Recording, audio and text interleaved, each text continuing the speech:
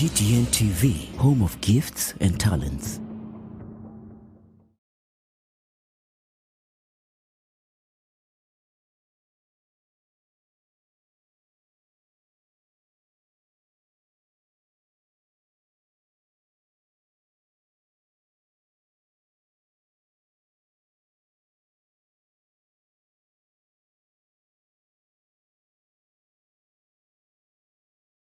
Mr. Speaker, that is without considering the debt rollover. Mr. Speaker, if you look at this budget, and it is broken down into total executive expenditure, parliament, judiciary, and other CFS, the financing of this budget is going to be a challenge, Mr. Speaker, because this country is deluding itself that we can raise ordinary revenue from 1,917 billion in the current financial year to 2,571 billion in the next financial year. That is an increase of 653 billion shillings, Mr. Speaker. Very unrealistic, very ambitious, likely not to be realized. The total revenue projected to be collected is going to rise from 2.23 trillion to 2.935 trillion. That's an additional 705 billion. Even with the crazy taxation measures that have been proposed in this House, you can still not realize an increase in collection of revenue to the tune of 700 billion in one single financial year. Mr. Speaker, I know that the average increase in revenue collection has been averaging around 300 billion. Now, if we are not going to be able to collect or able to raise the budget, the revenue by 700 billion, what will happen is either the programs will not be implemented, or if they have to be implemented, it will be at a cost, meaning we are going to increase the budget deficit from the proposed 635 billion to almost close to 1 billion shillings. And Mr. Speaker, that is not far-fetched, because at the moment, from September 30th, Mr. Speaker, to March 31st of this year, in a period of just 6 months, the Kenya Kwanza government has borrowed 689 billion shillings compared to the similar period when President Uhuru was in power, when only 405 billion was raised. So this talk that we hear all the time, that Kenya Kwanza is curtailing and managing debt, it is just hypocritical, it is theoretical, but the actual fact is that Kenya Kwanza is borrowing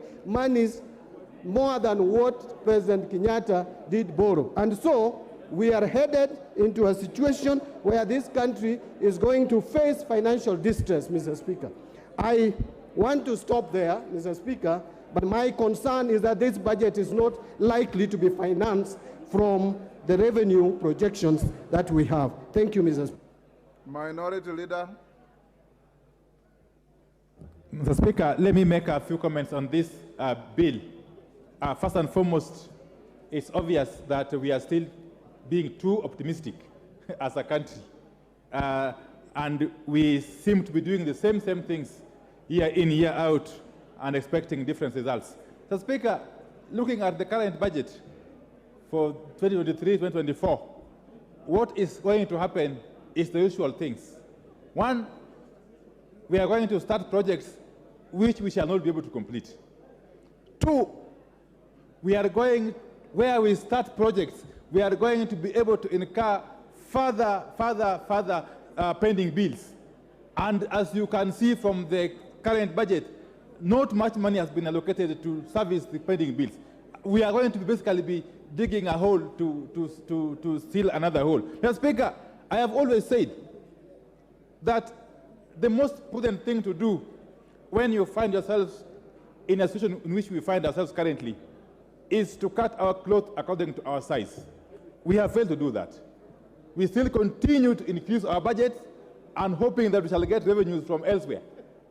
Mr. Speaker, the other thing you need to do when you are in a similar situation is to basically stop starting new projects which are not emergency, which are not critical, and attempt to complete the old projects. That we are not seeing in this budget, because unless you deal with the pending bills, how will you ever complete the old project, Mr. Speaker? Mr. Speaker, but I am more concerned, as I conclude. I am more concerned, and I've got all tremendous respect and confidence in the chairman and the committee budget. But there's a problem, Mr. Speaker, which we are beginning to see rearing its ugly head in this country. The current, the type of mega corruption cases that we are beginning to see in this country, Mr. Speaker, is a cause for worry.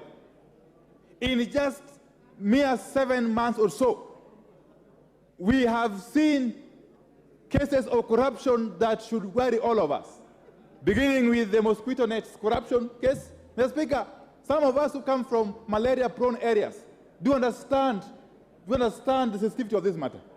That we can actually have people in government, some as high places as cabinet, conniving, Mr. Speaker, to siphon money meant to buy mosquito nets. Mr. Speaker, the second issue has been the matter of the condemned sugar. We do not know as yet what became of the matter of the sugar which was condemned and was stolen from our own warehouses. Mr. Speaker, this is a matter that should concern this House, if not anything else. Mr. Speaker, the third issue is now the latest scandal, the edible oil scandal, which is running into billions and billions of Kenyan shillings.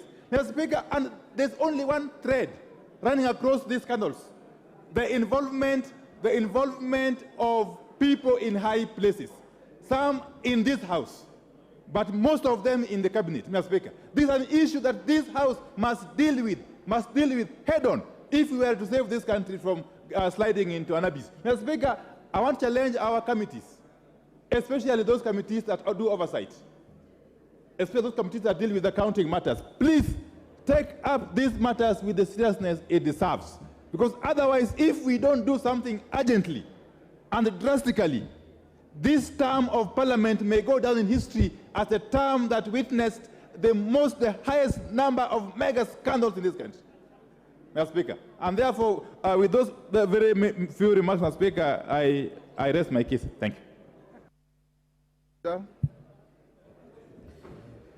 Thank you, Honourable Speaker, and I rise to support this appropriations bill.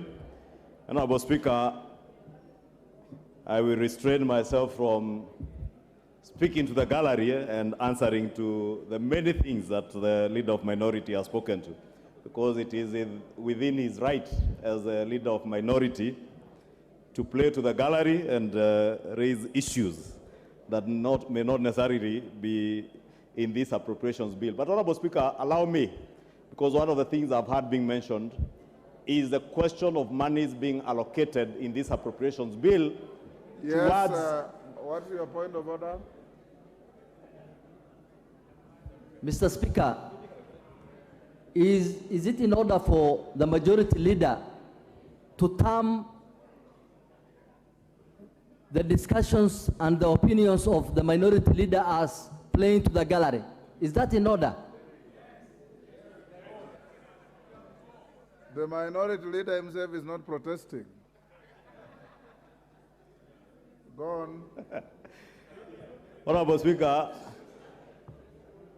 it's good to indulge that honourable member. He was simply seeking for attention, but I have the minority leader's attention. I don't need his attention. Honourable Speaker, I was saying, speaking to the question of pending bills, Honourable Speaker, in this appropriations bill, Honourable Speaker, because it is simply buttressing what we did during Committee of Supply, and we were all here during Committee of Supply, and I must thank all the members who stayed on here until about 10 p.m. to supply resources to our MDAs.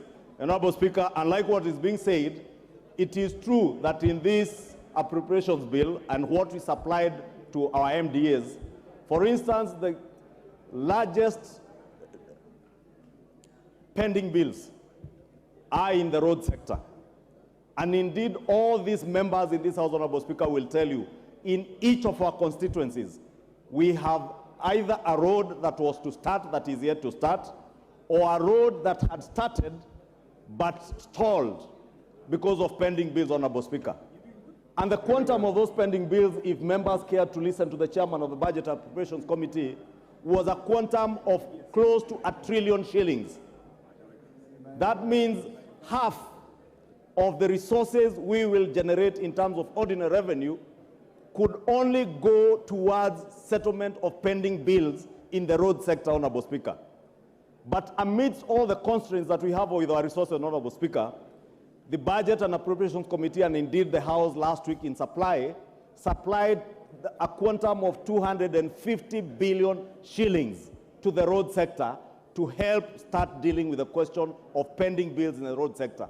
And indeed, Honorable Speaker, you will see with time, as at when exchequer releases begin, hopefully after the month of July, Honorable Speaker, if we agree with the chair of the Finance Committee and finish with the finance bill third reading today, or in the course of the day tomorrow, Honorable Speaker, and we are able to generate adequate revenues to be able to unlock the question that the leader of minority rightly says, that we have a huge problem of pending bills. That 250 billion shillings to the road sector is not enough. Even after rationalizing all those roads projects that have been committed to, the figure came to about 730 billion. Therefore, it tells you, even if we were to allocate resources, not to deal with new projects, and I just want to inform the House and the leader of minority, that we are not dealing with new road projects, we are dealing with those already committed road projects. And it will take ordinarily, either we commit the entire of our development expenditure to the road sector without having to deal with anything else, or we do what the Budget and Appropriations Committee recommended, that we allocate 250 billion shillings this year. If we perform better in terms of revenue allocation, next year we can do another 300 to 400 billion shillings. And with time, by the third year of this administration, we should be able to have cleared all those pending bills and contracts that have already been committed to, and be able to begin to embark on new projects. Therefore, allow me to just inform the leader of minority that indeed there are no new road projects. We are committed to completing those that were committed contractually before the last regime. If you look at the education sector, Honorable Speaker, and members will remember when we begin this session in January, our children had just opened school, and there was a crisis on CBC, the junior secondary schools, capitation of junior secondary schools, capitation of those in CBC classes, Honorable Speaker, was a big problem. But in this appropriations bill, we are appropriating a whopping 630-something billion shillings going to the education sector to ensure that CBC is not just something we are talking about, but something that we are actualizing and committing resources to. And it's not just the junior secondary school, even capitation of our day secondary schools and our boarding schools to ensure even our free primary education sector that resources are going to our schools, Honorable Speaker. Honorable Speaker, there is also money that has been appropriated to the social services sector. And you have seen in the press recently, Honorable Speaker, as much as our media houses have a quarrel to pick with us, and therefore they will go to great lengths to demonize what is not being done or what is supposed to be done, and they will eloquently carry out investigative series on how many octogenarians have not received their cash transfer schemes, but I never see them cover when they are receiving this money. But I want to tell them today, we are appropriating adequate resources to ensure that our elderly and vulnerable in society, Honorable Speaker, are able to access their money, their cash transfer, including orphans and PWDs in our communities that access money from government. We have allocated inadequate resources within the social services sector, Honorable Speaker, to ensure that Yes, all Jared, these people are able to access their money. Majority Leader. Yes, Honorable Jared. I know what Jared wants to say. Mr. Speaker, this new emerging character of disparaging the media that does nothing but to shine bright light in the dark corners of government, I think should stop, Honorable Speaker. What is We your point get of order? informed through the media, we get news through the media, and if somebody has a beef to pick with the media, they have professional bodies around the media houses. What is the Speaker. point of order, Jared? My point of order is to ask the majority leader together with his surrogates, to stop disparaging the media, Honorable Speaker. The media plays an important role to this country and to the world at large, Honorable Speaker, and I thank you. Chichungwa, endelea. Honorable Speaker, allow me to ignore what only warrants to be ignored. Honorable Speaker, in this appropriations bill, in conclusion, Honorable Speaker, we have allocated immense resources to our own pet subject of CDF. And I know, Honorable Speaker, CDF is misconstrued out there to be money that belongs to these members of parliament. But CDF is money that belongs to our voters, the people who have sent us to this house, Honorable Speaker. And the resources that have been devoted to CDF this financial year, Honorable Speaker, will not only go to supplement what has been devoted through the Ministry of Education, that 630 billion shillings going to the Ministry of Education, but also to supplement our bursary schemes, Honorable Speaker, in our constituencies, to ensure that the children who have been committed to schools, who are getting school capitation, that school capitation is not adequate and is not enough. Those children need school bursaries. Honorable Speaker, we are talking about digital hubs in our constituencies. I want to ask members of parliament, now that the government, and I am sure the ICT committee will be briefing members on this, is intent on establishing ICT innovation hubs in every ward in our constituencies, to at least in the next financial year, as we retreat for the short recess, which, Honorable Speaker, I know many of the members will retreat to do their proposals. As you engage with members of the public, it is good to inform members of the public that there are those innovation hubs in each of the wards, so that you also devote in your CDF proposals and budgets a bit of money for construction and equipping of those ICT hubs. Government has, through ICTA, the ICT authority, has adequate equipment in terms of the digital equipment, computers, and also ensuring that you have connectivity in those ICT hubs, so that we also help our children, our young men and women in our constituencies who have no jobs, to be trained under the Jitume program, to be able to access online jobs and be able to work from the ICT hubs, and also to work from home and access online jobs even outside the country, Honorable Speaker. Honorable Speaker, let me just conclude. I visited SOT Technical in Bomet County, and I don't know if the member of parliament is here for Bomet Central. And I was impressed, Honorable Speaker, with the kind of work where you find students, 21 to 24-year-olds, who are working online and earning their $20, $25 an hour, and they are working right from their own classroom in those ICT hubs. And therefore, even with the establishment of all our TVETs in the constituencies that have TVETs, those who are here to start TVETs in their constituency, I also want to encourage you. And I have seen a number of members, I did here during contribution in the second reading of the budget and appropriations report, a number of members pointing out that they have no TVETs in their constituencies. Please, in your CDF allocations this year, allocate money, the 10 million shillings that is required from CDF, NGCDF, so that you get the counterpart funding from the Ministry of Education for those TVETs, and establish these ICT hubs, because they will go a long way into securing job opportunities for millions of our young people who are jobless, many who are well educated, many who are technically tech savvy, and would be able to access these online jobs, Honorable Speaker.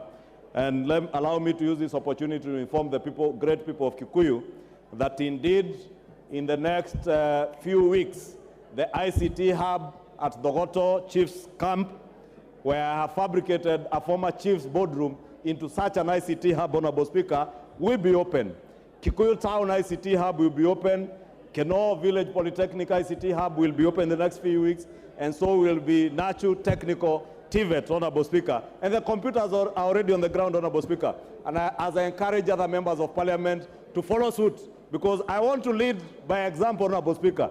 That is why I'm speaking to these ICT hubs, because I appreciate that millions of our young people are jobless, and they can access jobs not just through the housing fund levy that we have set up to build houses, Honorable Speaker, that will create jobs, but we can also create jobs through online jobs, where people will be able to work right from their homes. Honorable Speaker, with those very many remarks, allow me to support this appropriations bill and urge the House to support it.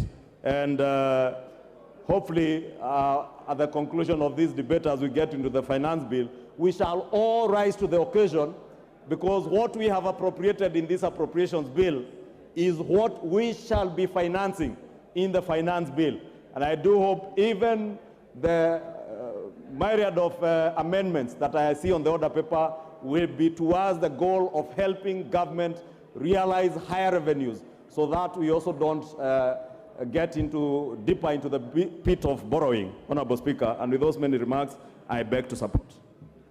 Honorable members, allow me to invite the mover to reply.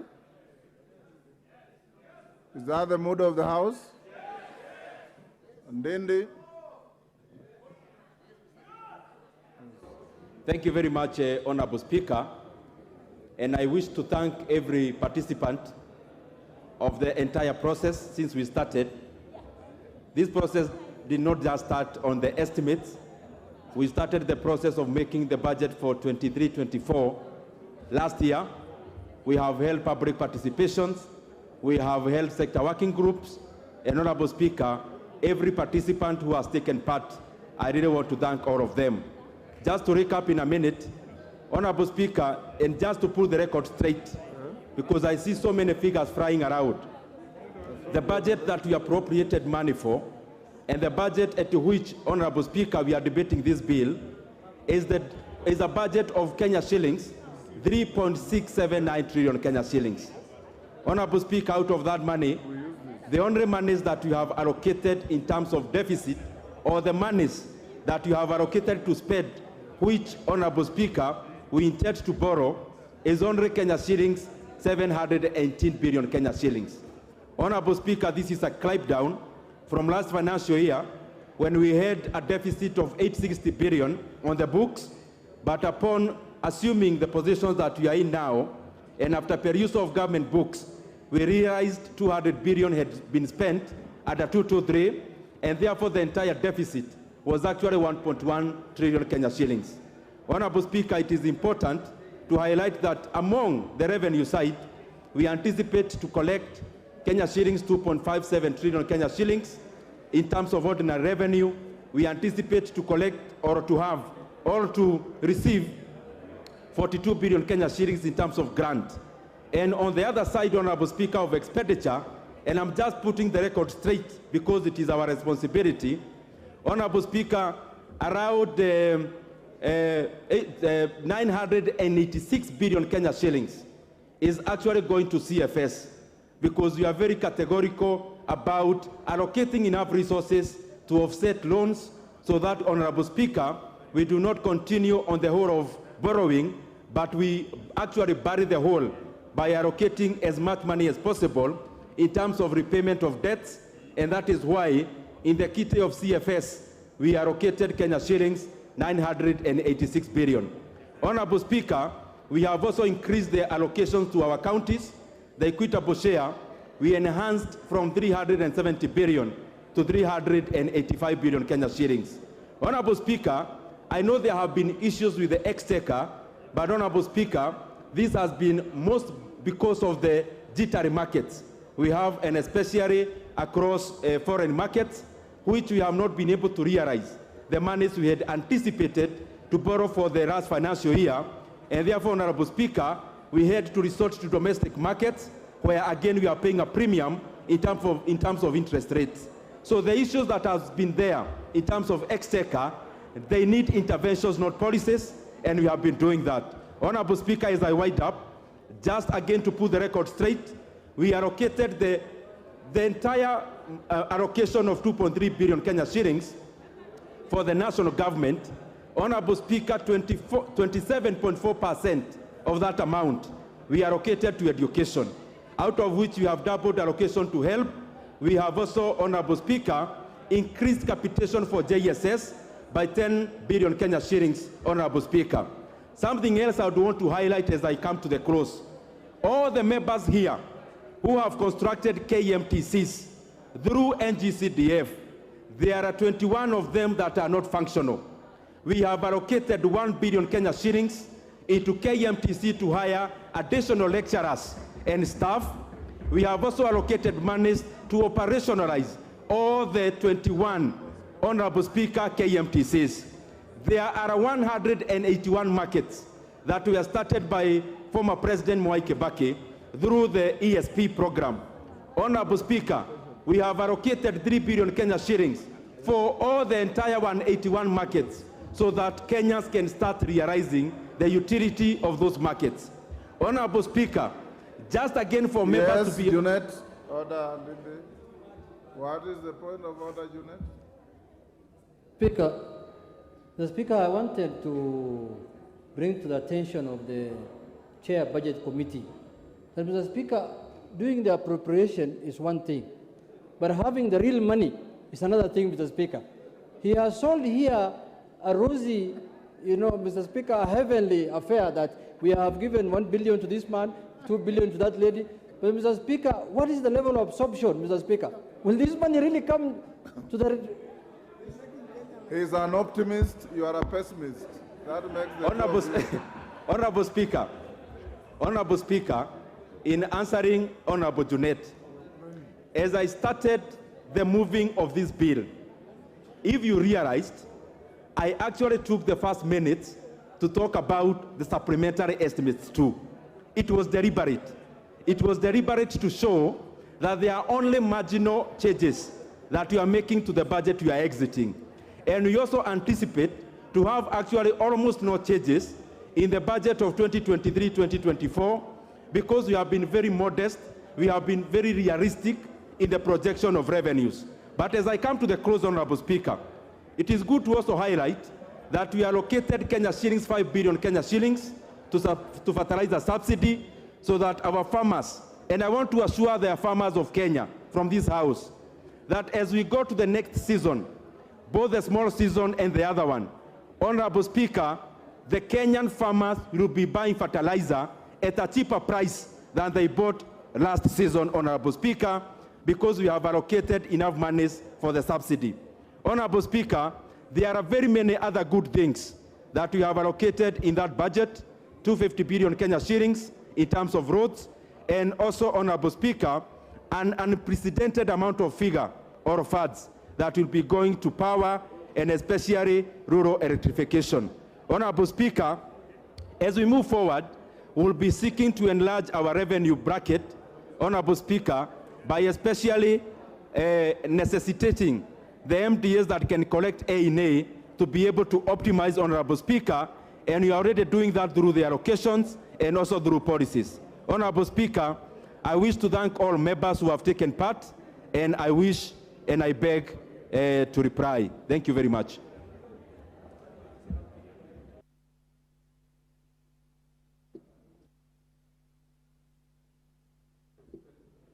I now wish to put the question, which is the Appropriations Bill, National Assembly Bill number 27 of 2023, be now read the second time.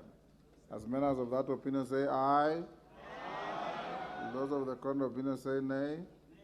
The ayes have it. A bill for an act of parliament to authorize the issuance of a sum of money out of the consolidated fund and its application towards the service of the year ending on the 30th June 2024, and to appropriate the sum and a sum voted on account by the National Assembly for certain public services and purposes. Next order. Yes, Honorable Mbadi, what is the issue? Thank you, Mr. Speaker. Mr. Speaker, I realized that the second order in the order paper is going to be the Committee of the Whole House on the Finance Bill. We've not reached there yet. Mr. Speaker, I was raising it because I know once you call for the Committee of the Whole House, the House is supposed to adjourn. But I wanted to raise this point over there so that I get your ruling on this matter, Mr. Speaker, so that when we move to the Committee of the Whole House, then the matters will have been dispensed with. Mr. Speaker, if you allow me. Right. Yeah, Mr. Speaker, this House has set traditions before. The Speaker has ruled that matters of constitutionality, matters of legality, and matters of procedure, Mr. Speaker, can be raised at any time in the course of debating a bill. Mr. Speaker, Article 259 actually speaks to the interpretation of the Constitution, and that it should be done in a manner that would promote its purposes, values, principles, and advance the rule of law and contribute to good governance. Mr. Speaker, our standing order is actually a creation, or standing orders are a creation of our Constitution. Order, Honorable Mbadi. Order. Take your seat. The matter you are raising was actually raised by the distinguished member for Arieda on Thursday. I promised to give a response to it, and I have a ruling I want to deliver on it. So you're actually flogging a dead horse. It is a matter that is already on Hansard, and the Honorable Otienda Amolo prosecuted it very well. I can see you just headed the same direction, so I will stop you there and allow me to move on to give my response to what Honorable Otienda Amolo raised. Order, Honorable members. First, bring to your attention, Honorable members, to the availability of a supplementary order paper that should be circulated. The reason I'm told, because we have members' amendments to the finance bill, some that were received late, out of time, but were accommodated because they wanted to accommodate as many of you as we can. So you can look at the supplementary order paper, and from here we'll proceed on the basis of that. I have got two, a ruling and a communication to make. Thereafter, the majority leader will move a procedural motion to extend your sitting time. And given the enormity and the interest in the matter of the finance bill, House Business Committee today directed that where possible, today you'll sit up to the end of the day. Tomorrow morning we'll put aside, pardon? It is out of order to speak to the chair when the chair is making a communication. We will then tomorrow morning, if we will not have finished with the finance bill, put aside your private member's business to deal with it. If you will not have finished by the afternoon, again, we'll have a procedural motion for you to sit up to the end of the day. The end of the day means midnight. That's when the day ends. And if you do not finish, then you have Thursday. The House Business Committee has directed that if there is need, a procedural motion will be moved for you to sit on Thursday morning up to 1 o'clock, and the afternoon, if possible, up to the end of the day. Should you not finish,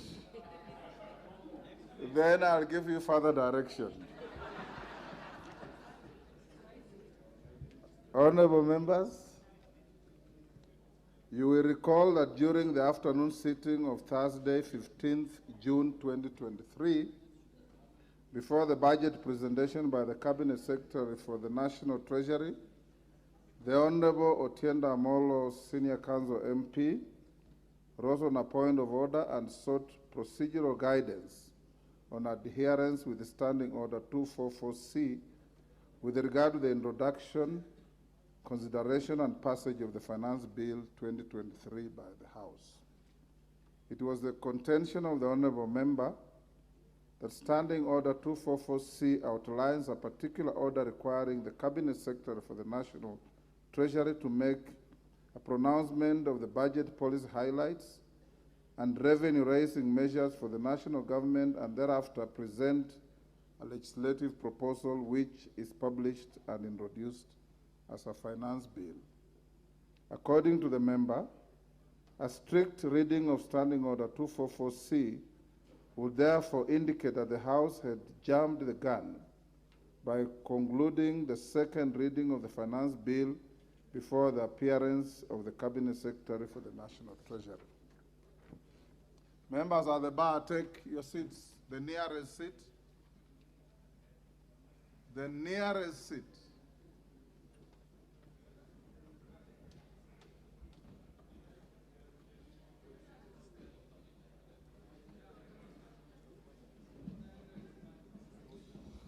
Honorable members, at the time I did indicate to the Honorable Otiende Amolo that Standing Order 244C had been rendered negatory by a court decision and offered to share the relevant judgment after the sitting.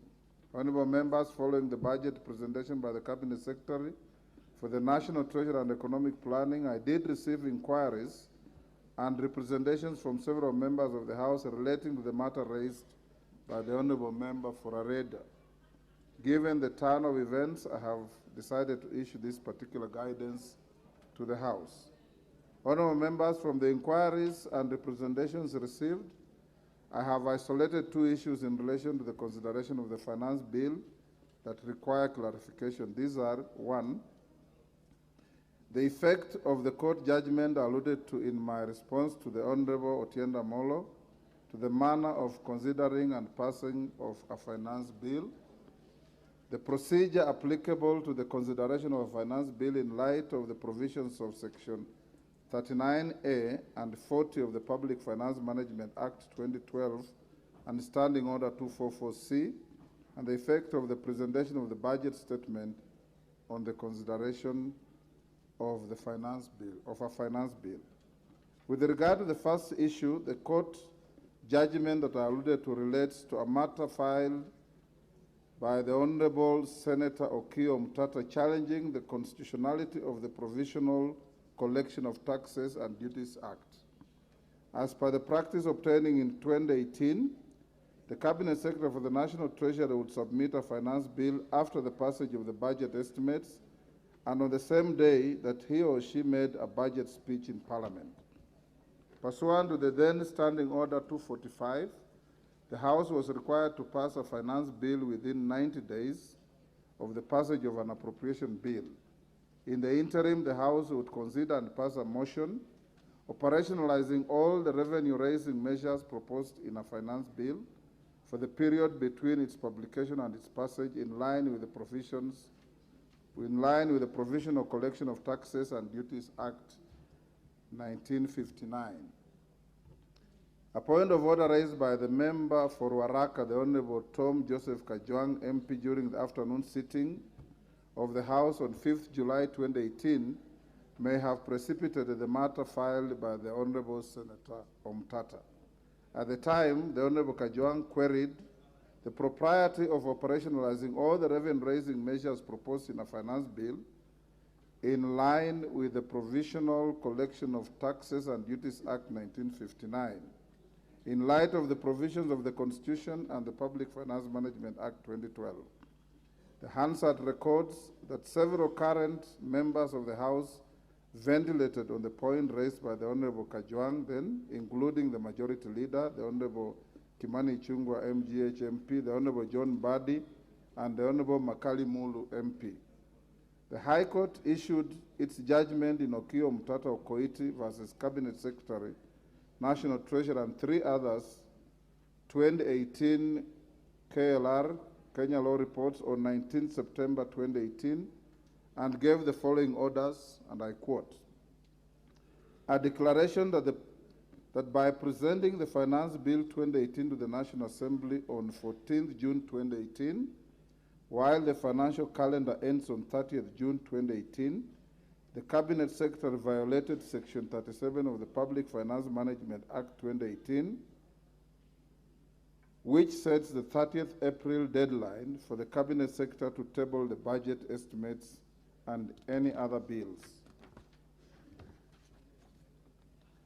Any other bills required to implement the national government budget for approval by the National Assembly. Order, Honorable Women Rep Kisi and your colleague. You are distracting the chair from delivering the ruling. A declaration that the Provisional Collection of Taxes and Duties Act number 44 of 1959, Chapter 415 of the Laws of Kenya is unconstitutional and therefore invalid, null, and void. A declaration that the Finance Bill 2018 or any parts or provisions thereof, including on taxation, cannot be implemented before the bill becomes the Finance Act and it goes through the parliamentary legislative process laid out in the Constitution for approval and adoption by Parliament and assent by the President. Arising from these orders of the Court and ostensibly informed by the debate that ensued on the point raised on the propriety of approving provisional collection of taxes and duties, the House subsequently amended the Public Finance Management Act in July 2019 through Statute Law Miscellaneous Amendment Act 2019 to introduce Section 39A in the Act. The section requires the Cabinet Secretary to submit the Finance Bill before 30th April every year and that it be passed before the end of the financial year on 30th June. The section clarified the manner in which a finance bill ought to be introduced, considered and passed by the House. It provides as follows, and I quote, "The Cabinet Secretary shall submit to the National Assembly on or before 30th April the finance bill setting out the revenue-raising measures for the national government. 2, following submission of the finance bill by the Cabinet Secretary, the relevant committee of the National Assembly shall introduce the bill in the National Assembly. 3, the National Assembly shall consider and pass the finance bill with or without amendments in time for it to be presented for assent by 30th June each year. Any recommendations made by the relevant committee of the National Assembly or resolution passed by the National Assembly on revenue matters shall, A, ensure that the total amount of revenue raised is consistent with the approved fiscal framework. B, take into account the principles of equity, certainty, and ease of collection. C, consider the impact of the proposed changes on the composition of the tax revenue with reference to direct and indirect taxes. D, consider domestic, regional, and international tax trends. E, consider the impact on development, investment, employment, and economic growth. F, take into account the recommendations of the Cabinet Secretary as provided under Article 114 of the Constitution.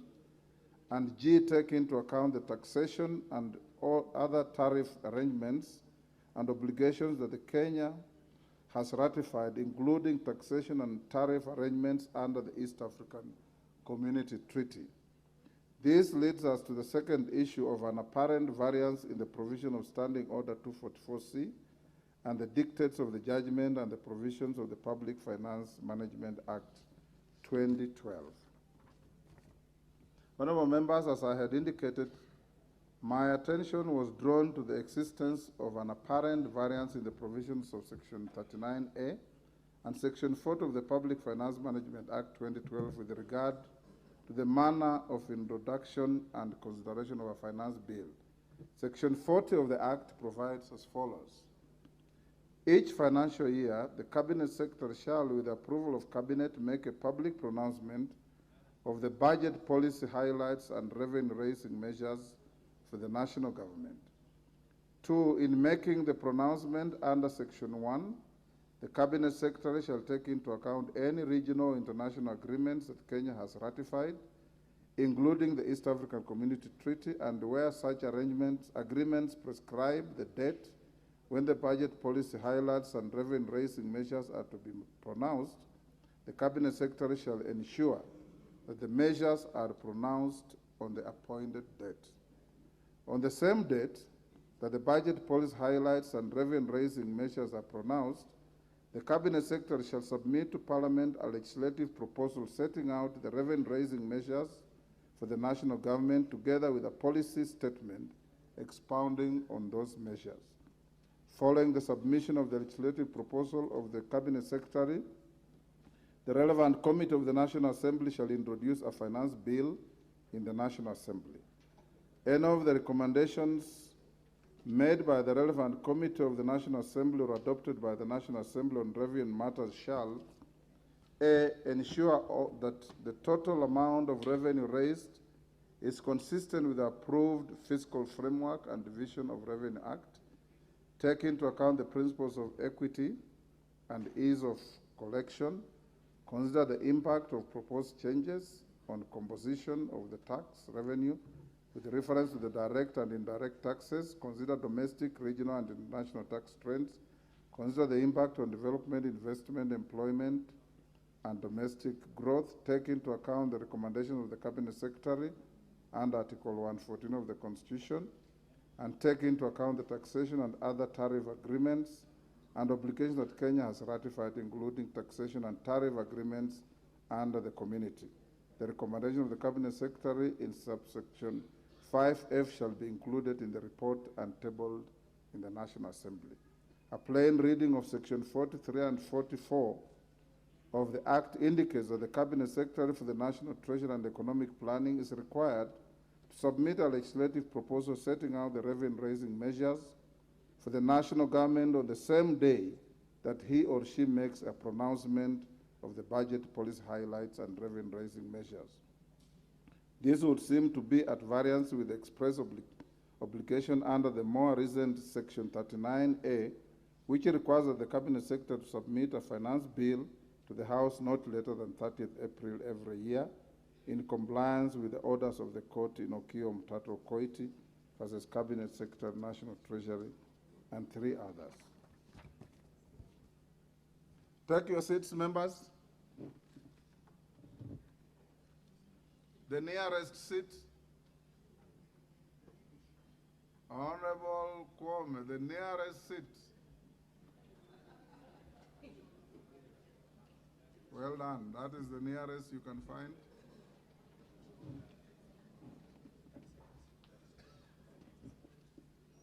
Honorable members, in my view, a purposive interpretation to bridge the apparent conflict between the two provisions requires the application of established principles of statutory interpretation and reference to the practice, precedent, and conduct of the Cabinet Secretary and House since the court judgment was issued. Honorable members, it's a canon of statutory interpretation that when faced with conflicting provisions, preference must be given to a specific provision as opposed to a general provision. Additionally, the last-in-time principle, where the most recent addition to a statute is given precedence over a provision that was enacted earlier, should be applied. From my reading of Section 39A and Section 43 and 4, it is noteworthy that Section 39A specifically refers to the introduction, consideration, and passage of a finance bill. On the other hand, the provisions of Section 43 and 4 only generally refer to a legislative proposal. Additionally, Section 39A is the most recent addition to the Act and represents the most specific and current position of the House on the manner of consideration of a finance bill. Honorable members, the practice and conduct of the Cabinet Secretary and the House since the decision in Okio Mtato Koiti versus Cabinet Secretary, National Treasury, and 3 others, 2018 Kenya Law Reports, and the amendment of the Public Finance Management Act 2012 has been consistent. Notably, in 2020, the Cabinet Secretary submitted the finance bill together with the budget estimates on 30th April 2020. The bill was published on 5th May 2020 and was considered and passed by the House on 23rd June 2020. It was assented to by the President on 30th June 2020. The Cabinet Secretary presented the budget statement for the financial year 2021 on 11th June 2020, well after the publication of the bill. In 2021, the Cabinet Secretary submitted the finance bill together with the budget estimates on 29th April 2021. The bill was published on 5th May 2021 and was considered and passed by the House on 24th June 2021. The particular bill was assented to by the President on 29th June 2021. The Cabinet Secretary presented the budget statement for the financial year 21-22 on 10th June 2021, well after the publication of the bill. in 2022 on account of the general elections scheduled for August 2022. The Cabinet Secretary submitted the finance bill together with the budget estimates on 7th April 2022. This was on the same date that he presented the budget statement in the House. The bill was published on 8th April 2022 and was considered and passed by the House on 7th June 2022. In keeping with the provision of Section 39A of the Public Finance Management Act 2012 and the new court judgment, the Finance Bill 2022 was assented to by the President on 21st June 2022. Honourable members, from the foregoing, it's clearly apparent that the Cabinet Secretary and the House have adhered to the letter of the orders of the court in Okio Mutata Okoit versus Cabinet Secretary, National Treasurer, and 3 others, 2018 Kenya Law Reports and Section 39 of the Public Finance Management Act 2012. This clearly signifies that Section 39A of the Public Finance Act 2012 is the operative provision with regard to the introduction, consideration, and passage of a finance bill. Honourable members, the third issue was with regard to the effect of the presentation of the budget statement on the consideration of a finance bill. Section 40 of the Public Finance Management 2012 requires the Cabinet Secretary to make a public pronouncement of the budget policy highlights and revenue-raising measures of the national government. In doing so, the Cabinet Secretary is required to take into account international obligations entered into under the East African Community Treaty. The House is aware that the East African Community Partner States have agreed to present and table their budget statements to their respective parliaments every second Thursday of June. It is largely a ceremonial exercise which, particularly in our case, does not take away that all documentation relating to the budget is required to be submitted well in advance of the presentation of the budget statement. Indeed, as members are aware, no question or comment is permitted during the presentation of the statement. As a budget-making house, we are seized of the estimates and the finance bill latest the 30th of April every year. Save for compliance with the applicable statutory timelines, the House is left to its own devices on how to consider the budget documents submitted to it.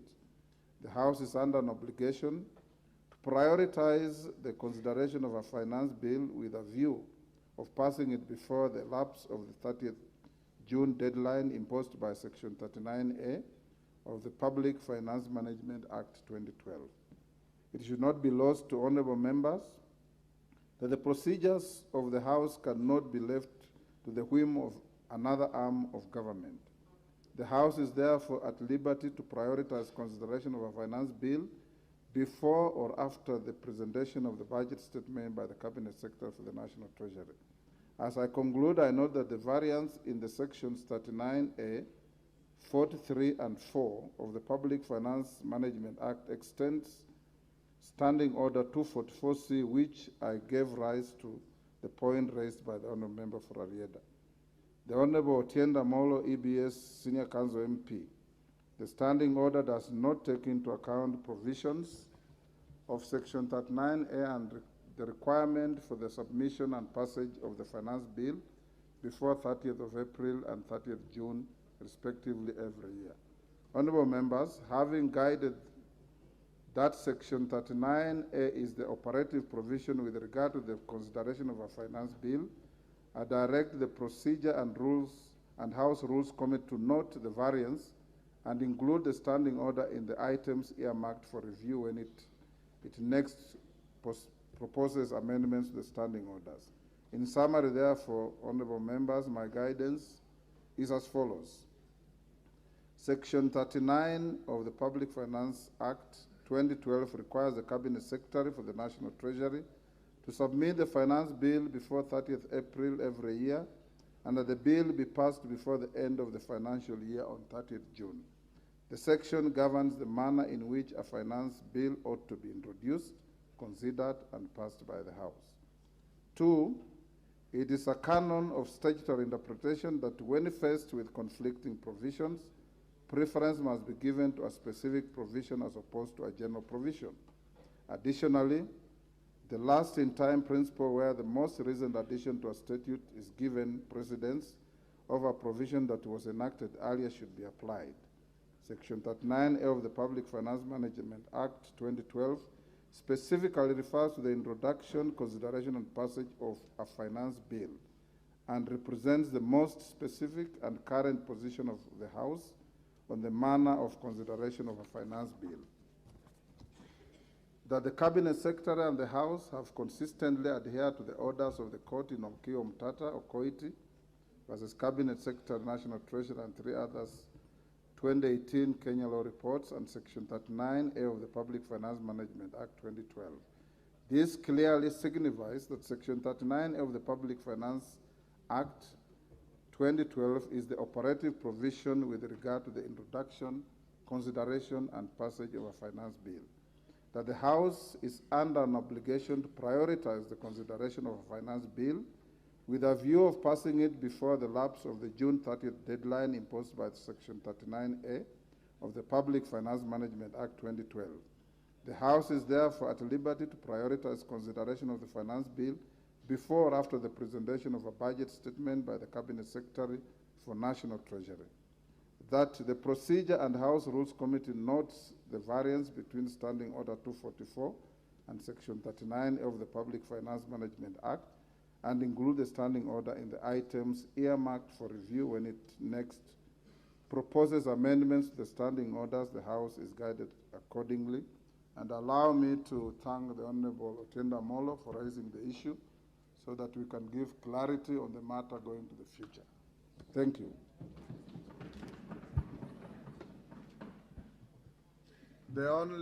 Ordinarily we don't debate or comment on the ruling and direction of the chair.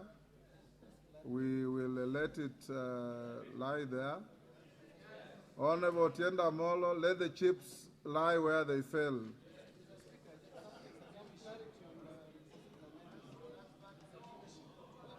Otienda Molo. Thank you. Mr. Speaker, I actually just wanted to thank you. Okay. But in so doing, I wanted to let the majority leader know, because when we raised this matter, he threw words as he usually does, alleging that I was part of the case that you've actually alluded to. So I wanted him to know that I was not part of the case and I was not aware of it. But Mr. Speaker, secondly, I take your guidance, and I think the House Business Committee and the House Rules Committee should take your guidance very seriously. We have amended our standing order twice since that decision of the court on 6th of June 2020 and 7th of June 2022. This should have been factored. But last, Mr. Speaker, because the Speaker is always right, Mr. Speaker, I urge that the House Rules Committee, in considering your guidance, do actually consider the fact that although the decision says that the matter must be published and introduced, it does not say it must be debated before the budget.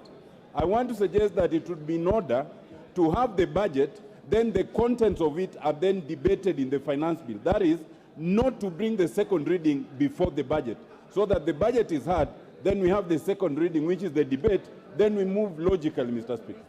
But lastly, Mr. Speaker, I do now have a point of order on the next business, which is order number 13. Order, Honorable Otiende. Order, Honorable Otiende. You are certainly taking unhelpful shortcuts. Honorable members, I will not allow you, Honorable Mbadi. I have given order, Honorable Mbadi.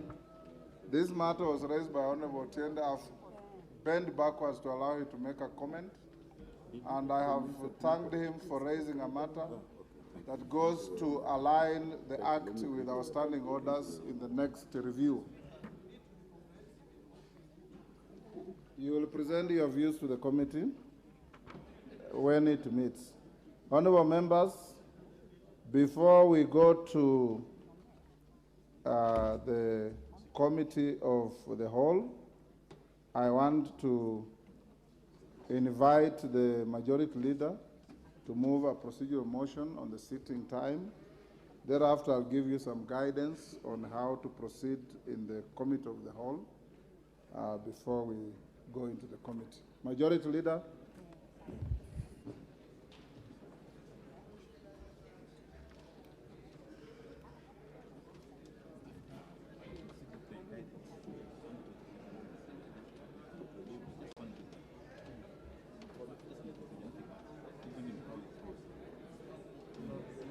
procedural motion, extension of sitting time.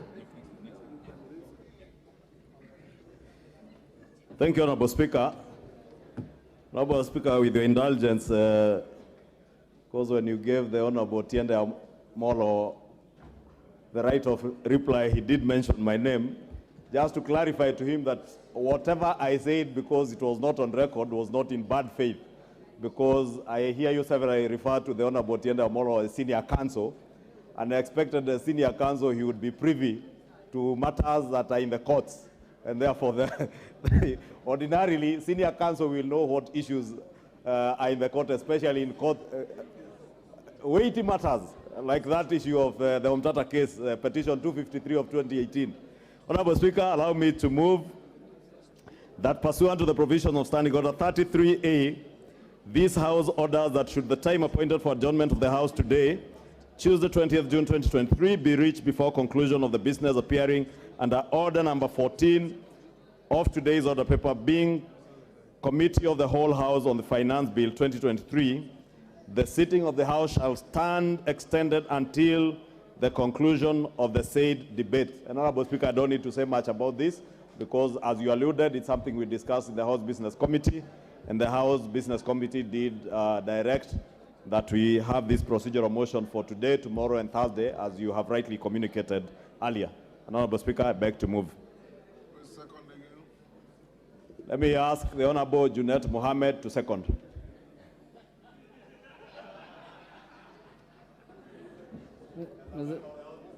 Mr. Speaker, I stand to second, but seconding Mr. Speaker, as you said, or as you directed in the House Business, we discussed in the House Business Committee that there is a lot of business before us. But Mr. Speaker, Kenyans must know that members of parliament are working. There are no other people in this country who sit up to midnight to do work other than members of parliament, Mr. Speaker. Mr. Speaker, many times members of parliament are bashed outside there that, oh, they earn for nothing, they earn a lot of allowances, they earn this and that. These are the only people, Mr. Speaker, who sit up to midnight to do the business for this country, Mr. Speaker. And when we are sitting up to midnight, there is no allowance. We are doing it for free, Mr. Speaker, because we want to serve our country. So, Mr. Speaker, I want to beseech members to stay. There is a lot of food, I'm told, at the cafeteria. You can eat, you can drink a lot of water, and then those who have other business after house, they can suspend it for today until another day, so that we can conclude these financial businesses of the country properly, Mr. Speaker, so that Kenyans can have money in their pockets, if at all it will be. But myself, I doubt. But thank you very much, Mr. Speaker. Thank you, Honorable Junet. Honorable members, I propose the question, which is that, pursuant to the provision of Standing Order 33A, this House orders that should the time appointed for adjournment of the House today, Tuesday, 20th June 2023, be reached before conclusion of the business appearing under order paper number 14 of today's order paper, being Committee of the Whole House on the Finance Bill 2023, the sitting of the House shall stand extended until the conclusion of the said business. I now put the question. You want to contribute on this?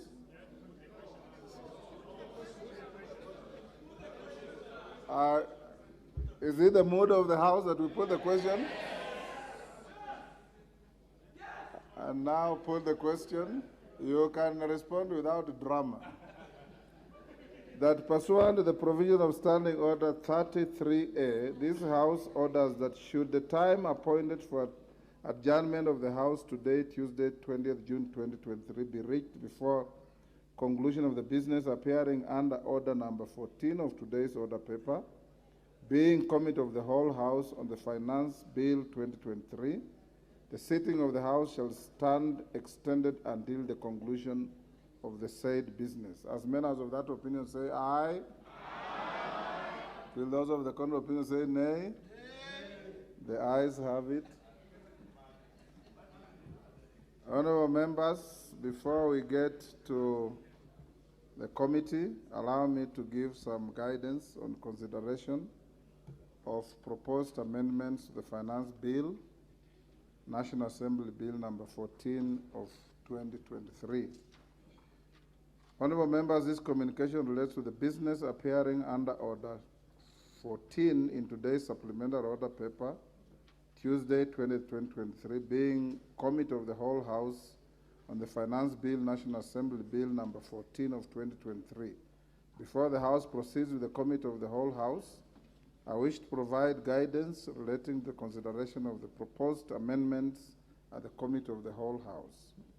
Honorable members, you may recall that on Thursday, 15th June 2023, after conclusion of second reading of the said bill, I did notify the House that members desirous of proposing amendments to the Finance Bill 2023 were at liberty to submit the amendments to the clerk in the manner provided for in the standing orders. Honorable members, Standing Order 133, procedure in Committee of the Whole House on a bill provides as follows with respect to the submission of amendments on bills.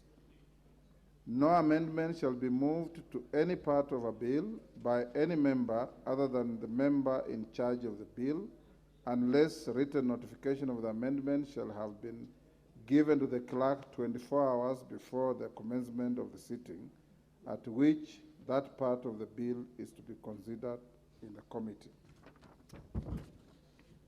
In this regard, honorable members, at the close of the timeline prescribed in Standing Order 133-2, the clerk had received several proposed amendments to the said bill, originating from the Departmental Committee on Finance and National Planning, other select committees, and individual members. Indeed, as you may have observed, the notices annexed to today's order paper contain several amendments that have been proposed to the said bill. For certainty, honorable members, other than the Departmental Committee on Finance and National Planning, the following chairpersons of committees and individual members have proposed amendments: the chairperson Select Committee on Delegated Legislation, the chairperson Departmental Committee on Blue Economy, Water and Irrigation, the chairperson Departmental Committee on Transport and Infrastructure, the Honorable Samuel Atandi, MP, the Honorable Ditmas Barasa, MP, the Honorable John Waluke, MP, the Honorable Dr. Undo Ojambo, MP, the Honorable Lesuda Naisula, MP, the Honorable Mohammed Daud, MP, the Honorable Jared Okello, MP, the Honorable Caleb Amis, MP, the Honorable Dr. James Nikal, MP, the Honorable Dr. Makali Mule, MP, the Honorable Anton Oluoch, MP, the Honorable Innocent Mugabe, MP, the Honorable Wanami Wamboka, MP, the Honorable Peter Kaluma, MP, the Honorable Majimbo Kalasinga, MP, the Honorable Robert Mbui, CBS, MP, the Honorable Caleb Mutiso, MP, and the Honorable Geoffrey Ruku, MP. Honorable members, as you may be aware, it is now an established practice under the Constitution that when considering any matter that has a financial implication on public funds, the House is bound by the provisions of Article 1142 of the Constitution. For clarity, Article 1142 of the Constitution provides, and I quote, if in the opinion of the Speaker and of the National Assembly, a motion makes provision for a matter listed in the definition of a money bill, the Assembly may proceed only in accordance with the recommendation of the relevant committee after taking into account the views of the Cabinet Secretary responsible for finance. Honorable members, under Clause 3 of Article 114, a money bill includes matters that contain provisions dealing with inter alia taxation, the imposition of charges on a public fund, the appropriation, receipt, custody, investment, or issue of public money, and the raising and guaranteeing of any loan or its repayment. In this regard, a finance bill being one that deals with taxation is clearly a money bill. Honorable members, therefore, consideration of the Finance Bill 2023 squarely falls within the confines of Article 114 of the Constitution and other provisions relating to processing of legislation in the House. The provisions of Article 114 of the Constitution are also anchored in Section 39A of the Public Finance Management Act 2012, which states in part, and I quote, Section 39A, submission, consideration, and passing of finance bill, any recommendations made by the relevant committee of the National Assembly or resolution passed by the National Assembly on revenue matters shall consider the impact of the proposed changes on the composition of the tax revenue with reference to direct and indirect taxes, consider domestic, regional, and international tax trends, consider the impact on development, investment, employment, and economic growth, take into account the recommendations of the Cabinet Secretary as provided under Article 114 of the Constitution, and take into account the taxation and other tariff arrangements and obligations that Kenya has ratified, including taxation and tariff arrangements under the East African Community Treaty. Additional honorable members, Standing Order 133.5 provides that no amendment shall be permitted to be moved if the amendment deals with a different subject or proposes to unreasonably or unduly expand the subject of the bill, or is not appropriate or is not in logical sequence to the subject matter of the bill. In this regard, I have analyzed the amendments proposed to the Finance Bill 2023 and noted that some contain proposals touching on matters listed in the definition of a money bill pursuant to the provisions of Article 114 of the Constitution. For the record, the amendments proposed by the Departmental Committee on Finance and National Planning are not part of those that I have isolated for guidance, as they were processed in the manner contemplated under Article 114 of the Constitution. Having applied my mind on various proposed amendments, I have determined that certain amendments are either similar to or they are fully accommodated by those proposed by the Departmental Committee on Finance and National Planning. In this regard, such amendments will be proceeded with in the Committee of the whole House. On the other hand, honorable members, there are proposed amendments that, in my opinion, fall within the meaning of a money bill in terms of Article 114 of the Constitution. As you may have clearly noticed in the order paper, I directed the clerk to publish such amendments with a disclaimer subject to provisions of Article 114 of the Constitution placed under each of the affected amendments. As stated earlier, honorable members, whenever a motion or a proposed amendment is subjected to Article 114 of the Constitution, it is expected that such proposal may only be proceeded with if there is concurrence of the National Treasury through the Departmental Committee on Finance and National Planning. In the absence of the evidence that the affected amendments were processed in the manner contemplated in Article 114 of the Constitution, the Speaker is left with no option but to direct that the Committee of the House shall not consider any of the amendments or parts of amendments that have been published in the order paper with a disclaimer. Consequently, members should note that a member seeking to delete a clause need not have an amendment proposing the deletion of a clause.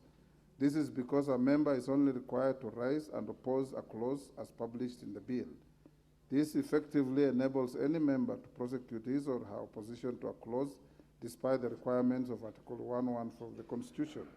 Further, honorable members, I hasten to inform the House that all proposed amendments for which requirements of 114 of the Constitution do not apply are annexed in the order paper.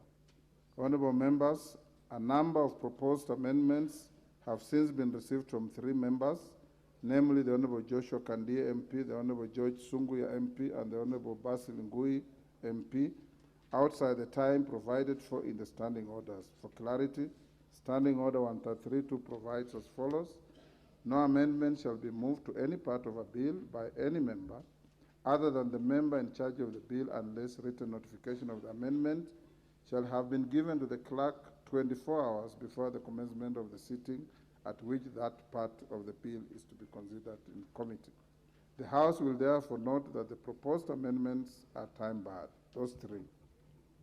However, I note that some of the amendments have been incorporated in the amendments proposed by the Committee on Finance.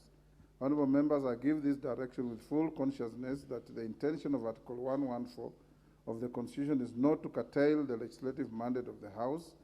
The article merely seeks to ensure that inasmuch as this House reserves the power to determine revenue-raising measures, it does not commit the executive without taking cognizance of the fiscal policy and considerations of the national government. The House is accordingly guided. I thank you. Minority Leader.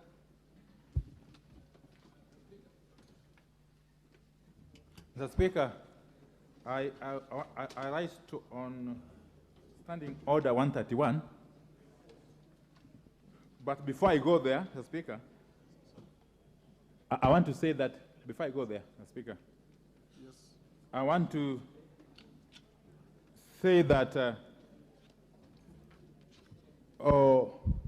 just as I mentioned earlier today in the House Business Committee, Mr. Speaker, our understanding of the provisions of Article 114, Sub-Article 2, is that the House does not require the concurrence of the Cabinet Secretary, but simply requires to take into consideration the views of the Cabinet Secretary, which views it can either accept or reject.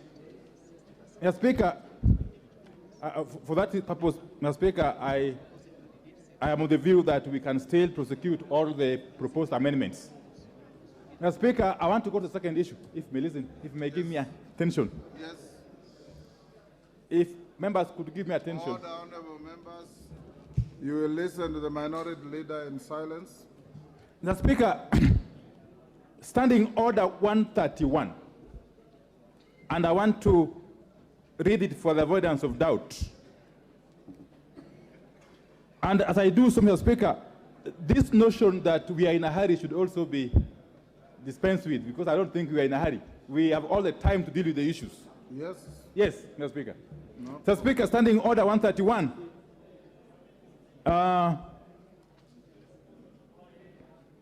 Standing Order 131.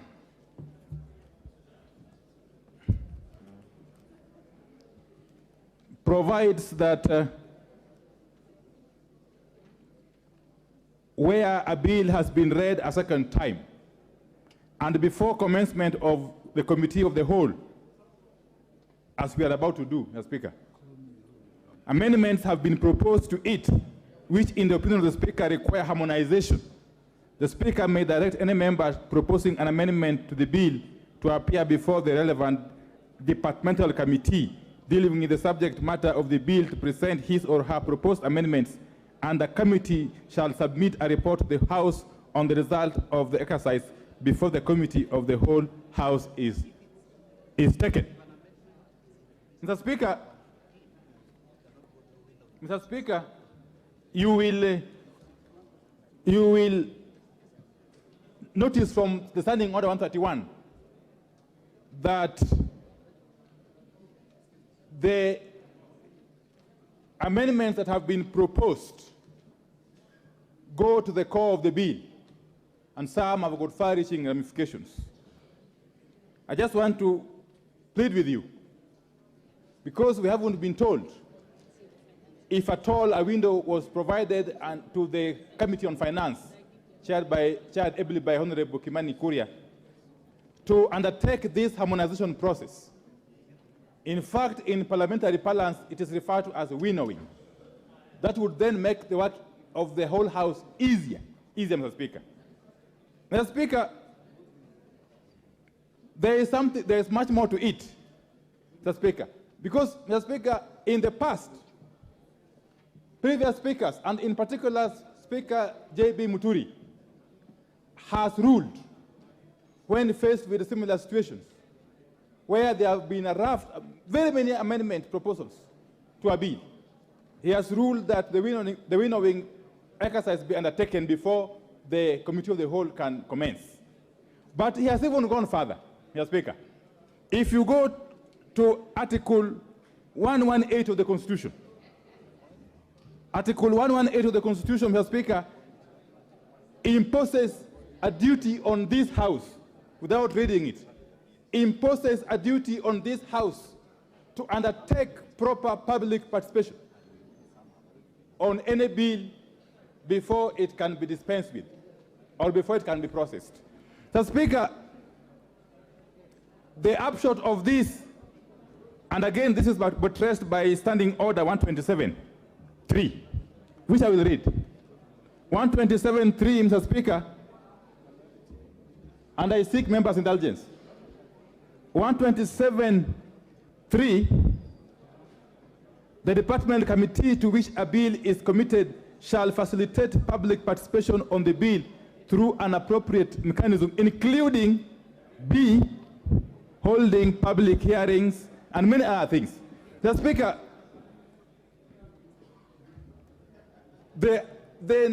going by the number of amendments being proposed, firstly by the Committee on Finance, and secondly by various other members and chairs of other committees, it would appear that the character of this bill is likely to change in a comprehensive manner, Mr. Speaker. And we are likely to be transacting business on matters which the public have not been given an opportunity to make their contribution. In other words, on a matter on which the public has not participated, Mr. Speaker.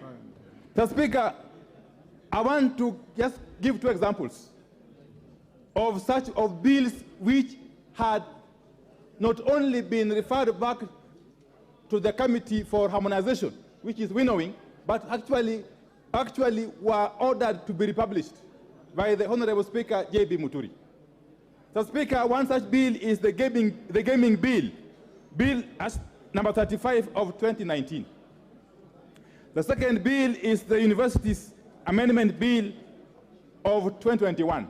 In those two instances, in respect of those two bills, Speaker Muturi, having assessed the enormity of the proposed amendments and the likelihood of them changing fundamentally the character of the original bill, and bearing in mind the requirements and the dictates of Article 118 of the Constitution on public participation, buttressed by Standing Order 127.3, did direct that the bills not only be harmonized, but actually be republished before the House could transact them.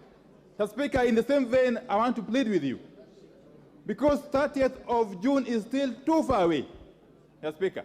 The House can find a mechanism of navigating through this process, but we cannot circumvent a very cardinal process, a very cardinal principle in the Constitution of Kenya 2010, which is public participation under Article 118, Mr. Speaker, by simply rushing through this process.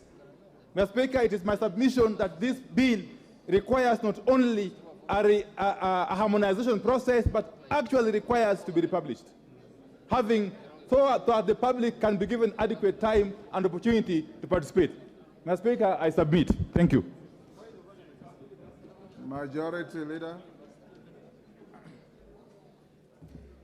Thank you, Honorable Speaker, and may thank the Leader of Minority for raising those issues. However, Honorable Speaker, a number of the issues that have been touched on by the Leader of Minority are not accurate.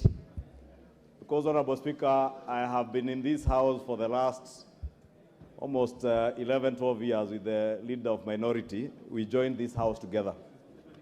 And he knows for a fact, because he has alluded to previous rulings by Speaker J.B. Muturi and precedents set by Speaker J.B. Muturi. The Leader of Minority knows for a fact there is not any single moment that Speaker Muturi, or indeed any other speaker in the history of this House, has allowed the process of winnowing alluded to Understanding Order 131 on money bills. That is a fact, and the Leader of Minority knows that is a fact. Winnowing has been done on other bills except money bills that are not subject to Article 114 of the Constitution, Honorable Speaker. Therefore, in view of that, Honorable Speaker, that's what I was saying, Honorable Speaker, it is not accurate what the Leader of Minority is saying. And indeed, if this was not a money bill, a winnowing process would help to enable the House to process the myriad of amendments that are similar in a faster way. But on money bills, the Leader of Minority, with all due respect, knows in the history of this House, it has never happened, because money bills are subject to the provisions of Article 114. Two, Honorable Speaker, this is not the first finance bill we are processing as a House. Neither is it the last. But filibustering is also not the first time we have seen it. And it's not the last time we have seen it, Honorable Speaker.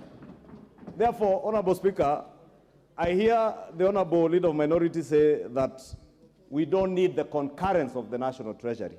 And to an extent, I agree with him. We are not under the directions of the National Treasury at all.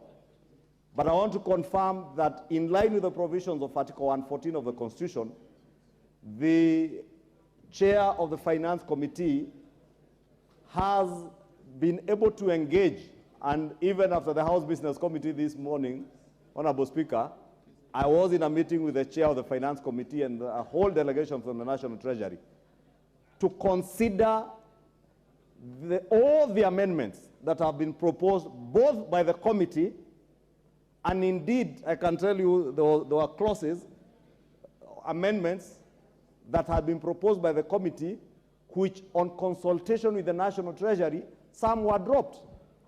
There are amendments. If you go through the supplementary order paper, Honorable Speaker, you will see the amendments by the member for Homa Bay, the Honorable Kaluma, that have been allowed following that consultation. The amendments by the Honorable Oundo, Honorable Naisula, who is seated right at the back, Honorable Mbui, Honorable Aluoch, Honorable Mule. Therefore, there are myriad of many amendments that have been allowed following that consultation. And therefore, that's why I was saying it may not necessarily be very accurate to say that there are those that have been condemned and had. 2, Honorable Speaker, or 3, the question of public participation.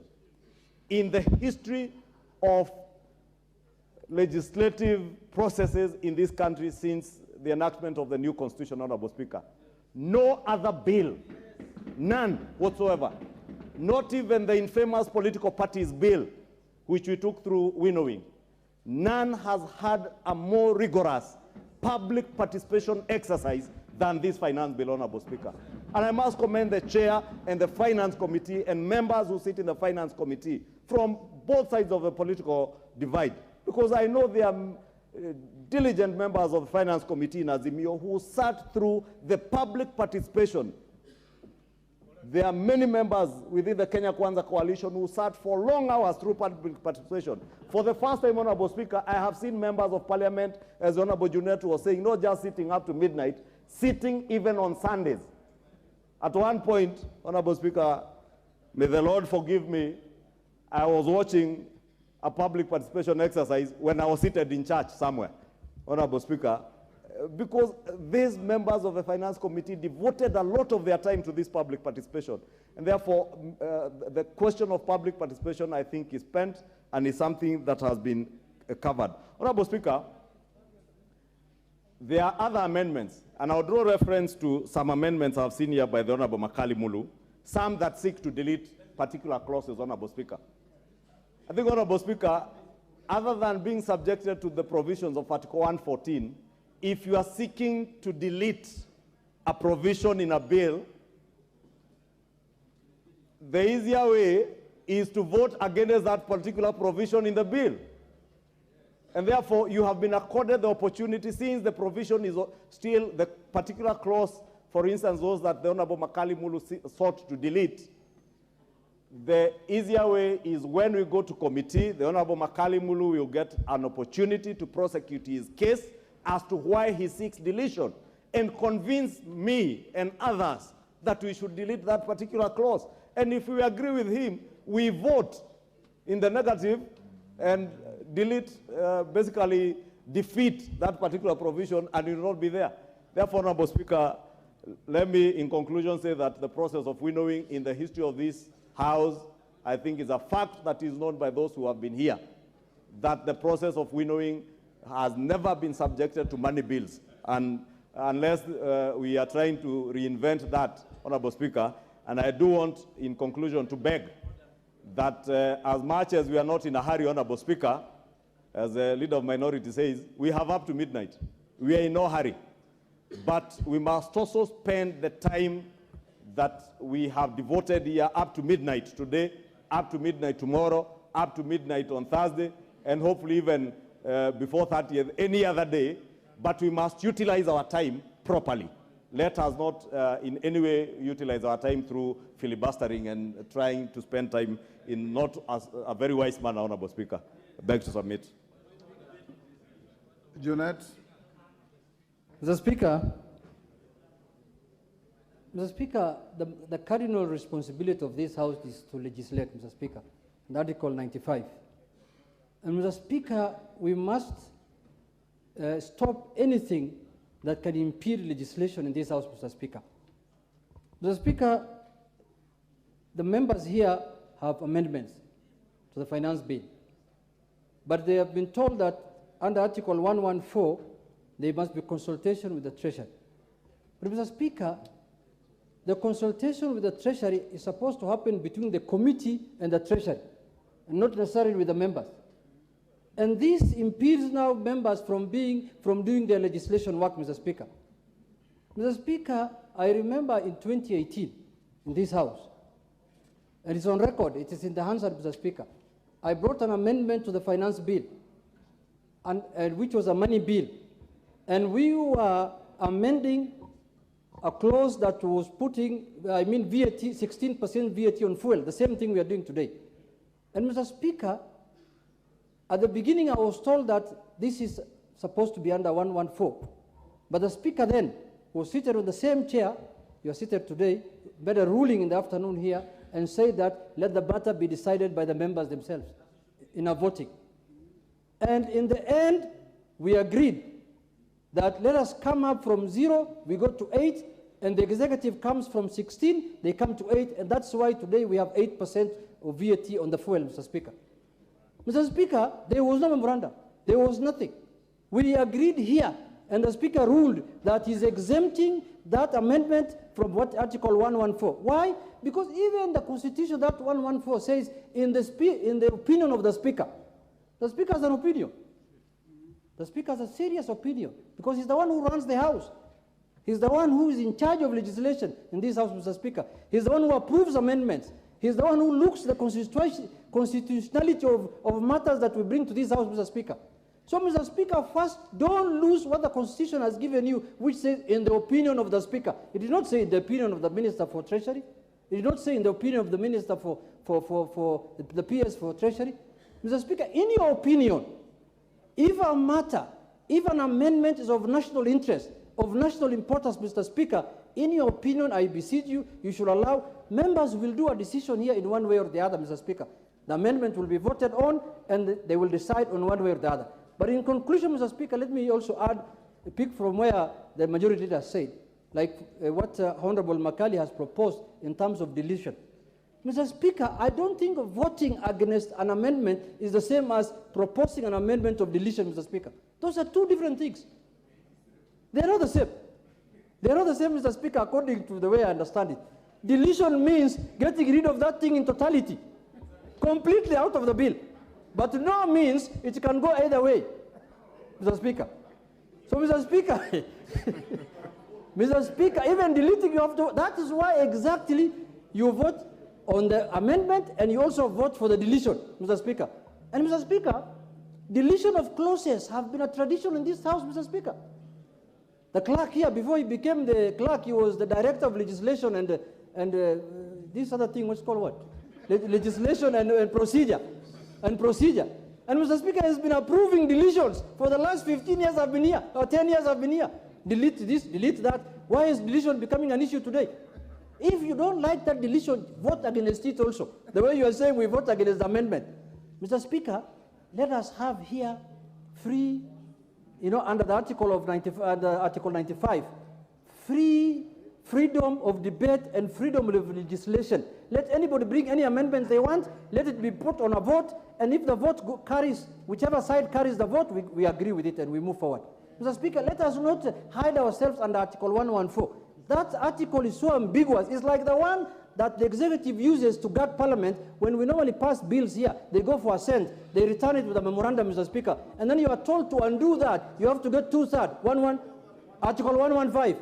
That's another one. That has been abused for the last 10 years, Mr. Speaker. It was abused in the last 10 years. Okay, Mr. Speaker, order, you sit. There's a point of order from Chikonga.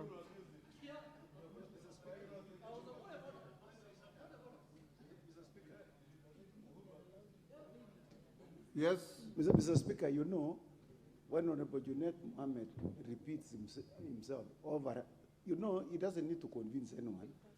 He just filibustered here. What he just needs is to stay to be relevant to what he's saying. But, you know, he looks at the majority leader, then he repeats the same thing he had just said 30 seconds. Mr. Speaker, you know, you should rule him out of order. There's a standing order which is very clear, not being repetitive. And two, Mr. Speaker, he doesn't need to convince us too much. We know where he stands. Just, he has to speak for 1 minute, and then he sits down, and then we will deal with the rest, Mr. Speaker. Jeanette, finish, Jeanette. Mr. Speaker, you know, Honorable Chepkonga is my friend, Mr. Speaker. But these 5 years of absence from Parliament, Mr. Speaker, something must be done. But anyway, something must be done, Mr. Speaker. We must do something about it, I think. But let me leave it there. Mr. Speaker, in conclusion, I want to say that, Mr. Speaker, in your own wisdom and in your own opinion, Mr. Speaker, I beseech that we allow amendments that have been brought by the members so that we can proceed and vote on them and see how they go, Mr. Speaker. Thank you very much. Morogara.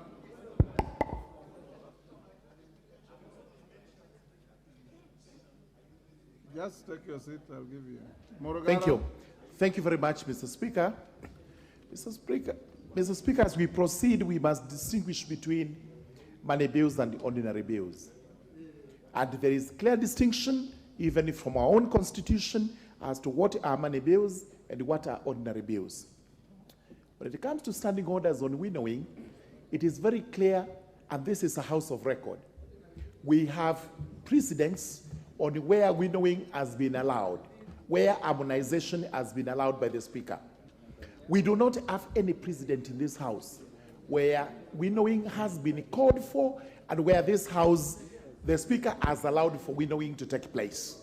The reason being, money bills are actually special forms of bills which are contemplated during the budget-making process. This is where this House is appropriating money so that the government has revenue for its use. Even where you look at the Constitution, where it is stated in the opinion of the Speaker, it proceeds to say in sub-article 2 that that motion for a matter listed in the definition of a money bill, the Assembly may proceed as per recommendations of the Committee of the House after taking into account the views of the Cabinet Secretary responsible for finance. So surely, this is not far-fetched when we say we are to seek views of the Cabinet Secretary for finance. It's part of our law. Most important, it's important to say that in the last Parliament in which I sat, we did winnowing in the political parties amendment laws, which was in order. We also did it in the security laws, which was in order, but we have never done it in a finance bill. And most important, again, I go to deletions. Deletions in a finance bill are equivalent to successfully opposing a section of that act. Once you oppose successfully, that section is deleted in entirety. This is why we are saying there is no point in having these deletions in the order paper. We simply take it to vote. It carries the day, the deletion succeeds. It fails, the section remains. Therefore, we believe we should be proceeding without these deletions, and most important, the winnowing bit is not relevant to what we have before the House today. Thank you, Mr. Speaker. Makali Mulu. Yeah, thank you. Thank you very much, Honorable Speaker. Honorable Speaker, I want to go on record that I've been a member of the Budget Committee since I joined this Parliament for the last 11 years. And one of the key responsibilities of the Parliamentary Budget Office is to determine whether bills are money bills or they don't need to come to the Budget Committee. Once bills are determined to be money bills, Honorable Speaker, the Budget Committee will have to sit and accord a member a chance to present this bill and justify why the bill is important to this country. And on the basis of that, then there will be consultation with the Treasury to determine whether the bill should proceed to the second reading or not. Now, Honorable Speaker, what we have done to this bill, this being a finance bill, automatically all amendments will be money bills. all amendments relate to money bill, because this is a finance bill. Honorable Speaker, if you look at the kind of amendments being proposed by members here, and there are very many, Honorable Speaker, I think what Ndereti was saying makes a lot of sense, that we might need to be accorded an opportunity as honorable members who are proposing these amendments to be listened to, so that on the basis of that, then we make a decision whether I need to withdraw my amendment or not. In a situation where you are leading more than 10 honorable members and two departmental committees proposing amendments, and we just want to rubbish this kind of amendment by the fact that they relate to Article 114, I think we have been unfair to this House, as a House which makes laws. So, honorable members, for me, we still have up to 30 to pass this bill. I don't think we are late. If it was my opinion, I would have requested that the Speaker accords us an opportunity, maybe up to midnight, as he's saying. Now we can just break and this committee convenes.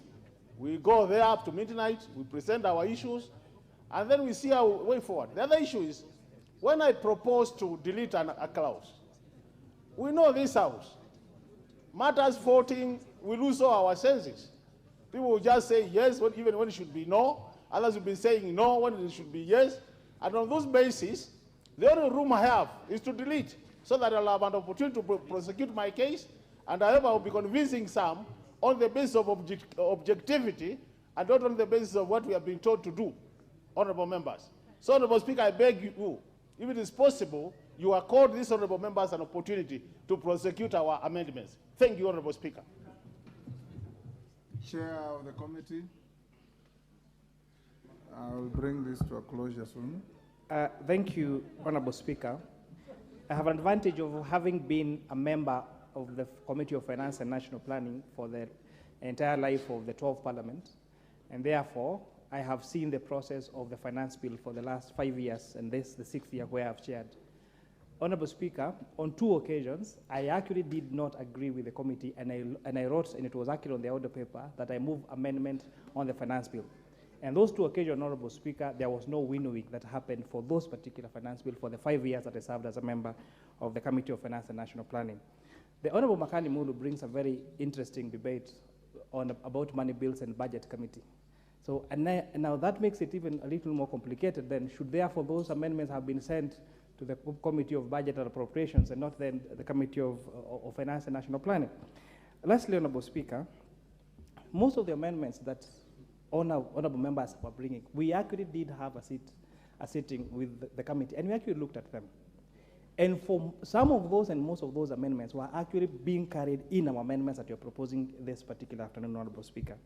And lastly, every clause, and I would like members to really understand this, that every clause in this particular bill has a financial implication. Last week, we did pass in the Committee of Supply, the appropriations of various categories.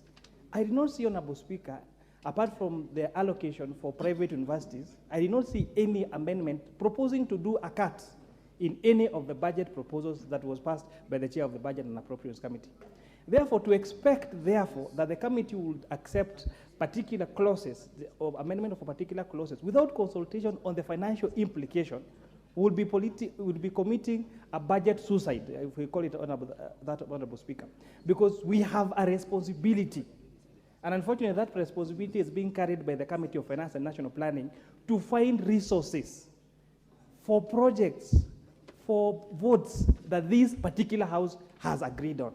So I really urge this House, when you come to debate on the revenue measures to finance the budget you members of Parliament have already passed, which I do not see any of the members of Parliament on the other side of this House amending any vote to reduce our expenditures, to come and now reduce how we are going to finance this. We have tried to achieve a deficit of only 718 billion. Therefore, any amendment without consultation on any clause is therefore going to affect our Chairman, debt and our... 114. I think, Honorable Speaker, I have made my point. Thank you very much. Honorable members, for us to make progress, having listened to the issues raised by the minority leader, the response of the majority leader, the Honorable Junet, the Honorable Makali Mulu, the Honorable Murugara, and the Honorable Kimani. First, the issue of Article 114 should be protected and be held as sacrosanct. However, in the opinion of the Speaker, and this is not in any way President setting against 114, having looked at the amendments listed and the clauses in the bill that have attracted the highest proposals for amendments, and these are the following clauses: Clause 2, Clause 24, Clause 33, Clause 34, Clause 36, Clause 43, Clause 76, Clause 78. I will allow proposed amendments on those clauses to proceed regardless. The rest, order. Those of you who have filed amendments, you know the clauses you are amending. In my view, and in consultation with my clerks at the table, the clauses that have attracted the highest proposals for amendment, and it will not be good to lock them out. I want those who have proposed to prosecute them, are clauses 2, 24, 33, 34, 36, 43, 76, 78.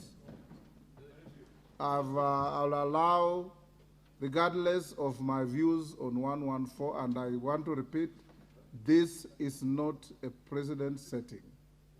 It is a unique situation that I'll allow the House, in the interest of fairness and in the interest of arriving at a consensual bill that takes our country forward.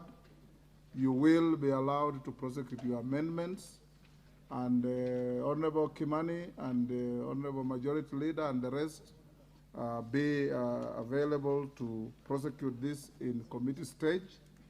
As we go into the committee of the whole, I want to say the following.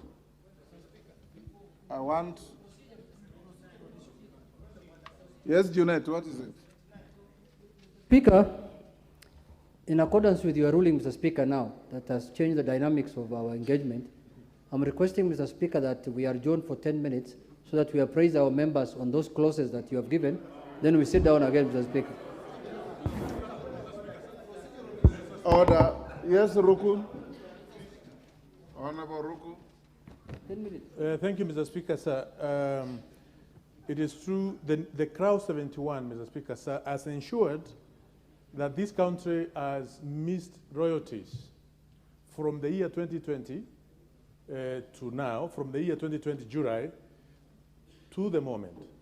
And if we are not going to... Are you speaking to my direction? Yes. If you are not going to allow this House, Mr. Speaker, to also look at the amendment... No, he has not mentioned Crowd 71. I beseech you, Mr. Speaker, to also allow Crowd 71 of the finance bill to be looked at, regardless whether it is a money bill or it's affecting Article 114 of the Constitution or not.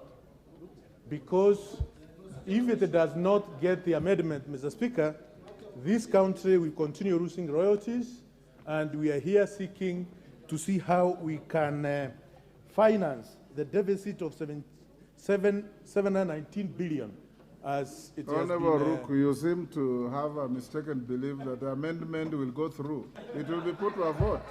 Yes, please, Mr. Speaker, I beg you to allow, we put that clause into the... You know, if I now start deleting and including, we will not make progress. I've given you a reasoned direction, and I believe it's a sound direction. Let me now call the House. What is procedural banding? And let it be procedural. Procedural. Mr. Speaker, I want to first of all thank you for your ruling and the indulgence on this matter of allowing members who had proposed amendments to be considered. But Mr. Speaker, as a matter of procedure, from the debate here, Mr. Speaker, it is clear that we need to do something about our standing orders and to make amendments. Mr. Speaker, I want to just suggest, because tomorrow we will have another speaker who may not indulge its members.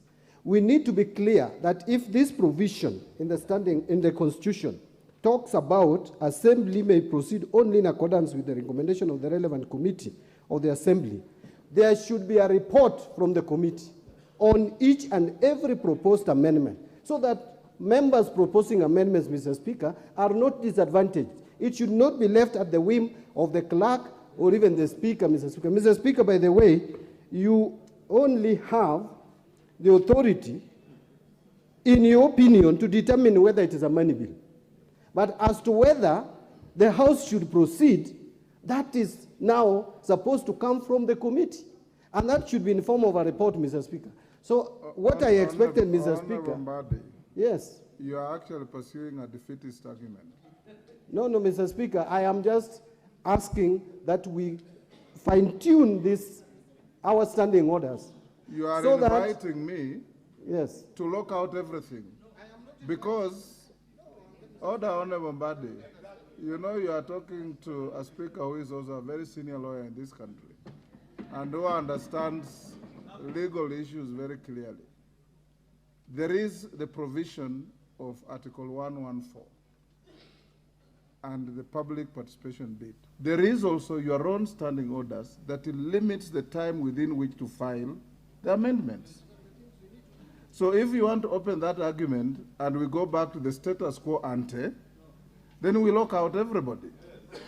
I have exercised my discretion and magnanimity to members who have filed amendments in the largest number and said, so that we do not lock out members unnecessarily and unreasonably, those clauses that have attracted the largest number of proposed amendments cannot be for nothing. Let them be dealt with in the committee of the whole. You will argue your case for amendment. The chair of the committee or any other member will respond. The chair of the committee of the whole will put the question and the matter will proceed. Number two, going forward, because I have told you already, honorable members, and directed that you'll sit up to the end of the day, today, tomorrow, Thursday. But it's also in your interest to prosecute the matter and finish it within reasonable time. So the manner of voting, I will direct the chair of the committee that where he or she finds it necessary to call for an electronic vote, to do so.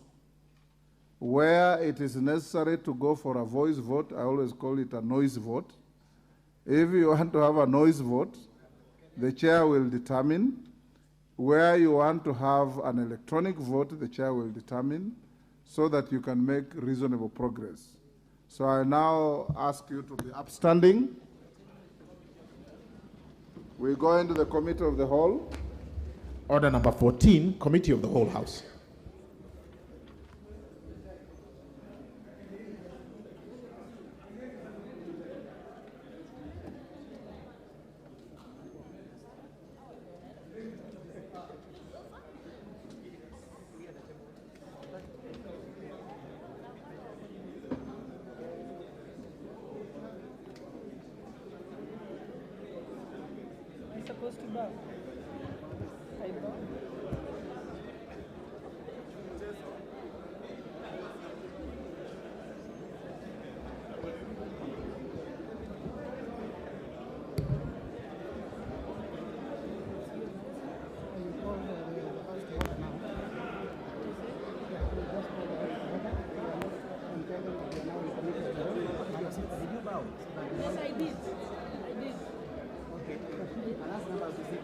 Members, I already bowed and none of you are sitting. You may sit.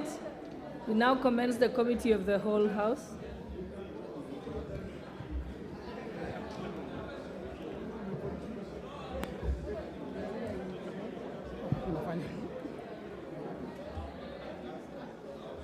Two.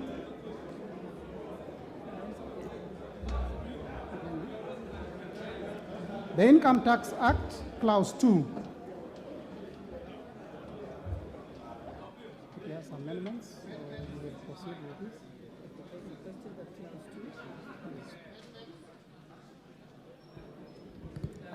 I now propose the question that Clause 2 be part of the bill. Mover to move the amendment. Chairperson. Honorable Chair, I beg to move that clause 2 be amended as per the supplementary order paper. And essentially what we're doing here, Honorable Speaker, is changing the definition of winnings relating to betting, gaming, lottery, prize competition. And this is where we are only allowing the profit made on that particular bet by tightening the law, so that the only money that is allowed to be deducted from the amount staggered is the amount that pertains to that particular transaction. So, Honorable Chair, this is just tightening this on the law. This matter has been litigated in court, and we are just trying to make sure that it is aligned with the court ruling and defines the gains made on betting by specifying that only the amount that is going to be allowed to be deducted from the amounts waggered or staggered is the amount that was used for that. It is amount, not amount, that is used for that particular transaction and not transactions. And Honorable Chair, this also helps because there was a view that this could be abused, where if, for example, you place a bet of 1,000 shillings thrice and win after the 4th time, then what will be deducted will be the stakes that you've put the 3 times you've bet before. But Honorable Speaker, now this tightens up that particular law so that it's only the amount that is waggered or staked for that particular transaction. With that, I beg to move, Honorable Chair. Honorable Peter Kaluma. Yeah. I now propose the question that clause 2 be amended as proposed. Okay, yes. Honorable Kaluma. Thank you, Chair. Chair, I beg to move that clause 2 be amended in paragraph A by deleting the proposed new definition of person.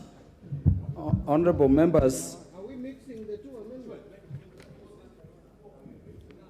Are we mixing the two amendments? No, I'm giving Honorable Kaluma an opportunity to contribute to that because he had a similar amendment.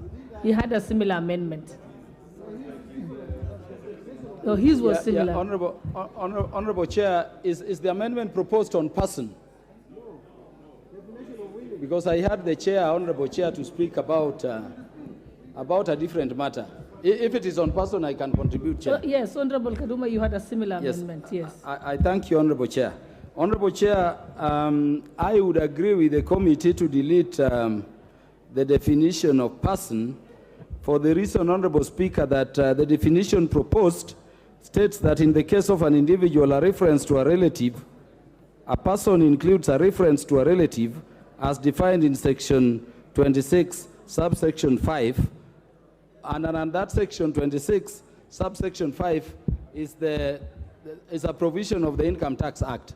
Honorable Speaker, when you look at that section 26, subsection 5, that definition includes your ancestor. In fact, it begins with ancestor, late relatives, deceased relatives, and so many people. It means you would be obligated, Honorable Speaker, Honorable Chair, to pay taxes for defaults even by your ancestors. And for that, I agree with the committee that it be deleted.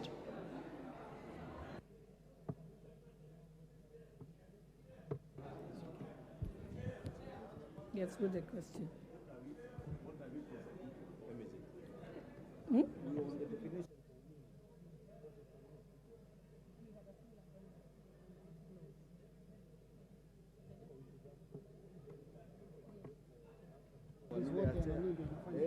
Yes, let's go to the next one. Now you know. I now put the question that clause 2 be amended as proposed by the chair, yes. Will as many as of that opinion say aye? Will as many as of the contrary opinion say nay? The ayes have it. I now put the question that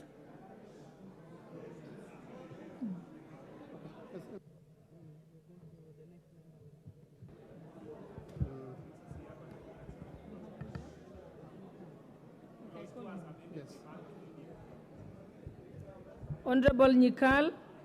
Yeah.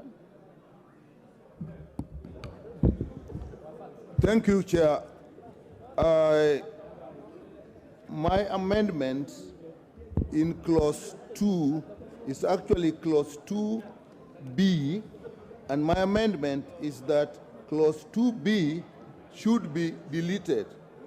The import of this amendment, Madam Speaker, is that all issues of digital content monetization is under this, taking from A, B, C, D, E, F, all the way up to H. So, Madam Speaker, that means that all these activities that are now being subjected to tax, it is my view, and we have been saying here, that when young people are actually trying to use content to actually raise some money, we do not go ahead again and tax them. Therefore, my amendment is that B be deleted. That is my proposal, Madam Chair.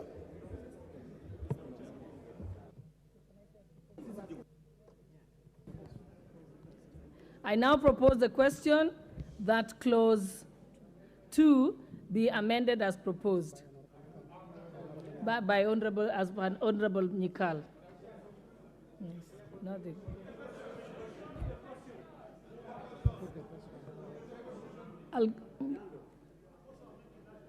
No, it's Honorable Mbadi. Yeah, Honorable Mbadi. No, he has put his name there. Yeah, Madam Chair, I would not have a problem in supporting this amendment, in so long as, but the problem is the moment we now remove the digital content, then we must make sure that the provision in law that is taxing them, withholding tax, will also fall. So if you ask me, I would support Nyikal's amendment so that we are silent completely on the issues of digital content in terms of taxation, so that we exclude this important sector, the digital content monetization, and what we call content creators, and social, and so to allow the young generation, people who are interested in, who are unemployed, but are trying to eke a living. So, Mr. Speaker, Madam Chair, I would request the House to agree with this amendment so that we remove the digital content monetization completely from this finance bill, which therefore means when it comes to the withholding tax, which we will come to at 15%, then now that will not be considered at all, because we have already removed from the definition the digital content monetization. Chairperson for the Finance Committee. Thank you, Honorable Chair. I think I want to make a clarification so that we move together. Honorable members, clause 2 has three sections. Has part A that talks about the definition of winnings, has part B that talks about the definition of digital content monetization, and by the way, this does not talk about the rate yet. We are just defining, especially with reference to what crowdfunding is, and providing reference. So that crowdfunding is where you use, say, Mchanga or WhatsApp to raise money, say, for a particular cause. So this amendment is not seeking to tax the amount of money raised in that particular crowdfunding, but the fees that are going to be collected as an income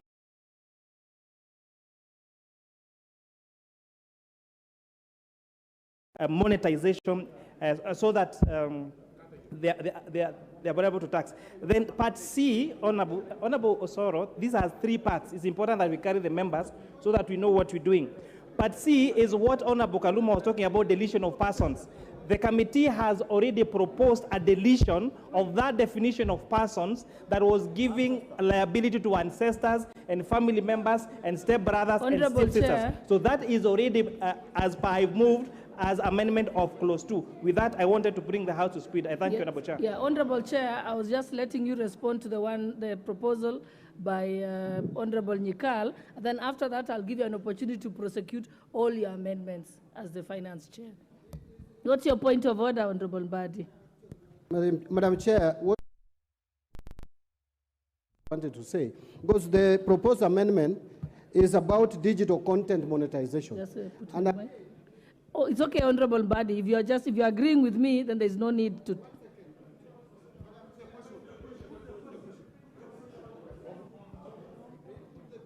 Just let him finish.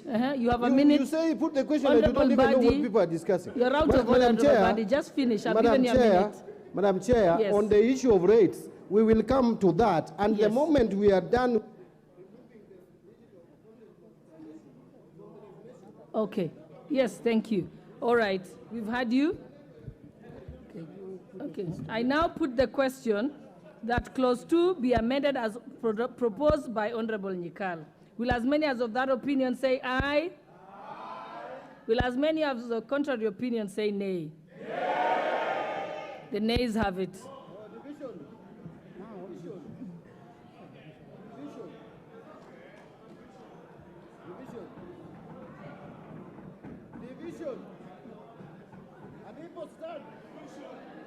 Do we allow the division? Yeah. All right. Okay, we'll ring the bell for 5 minutes. Ring the bell for 5 minutes. And get all your cards ready. Get your electronic cards ready.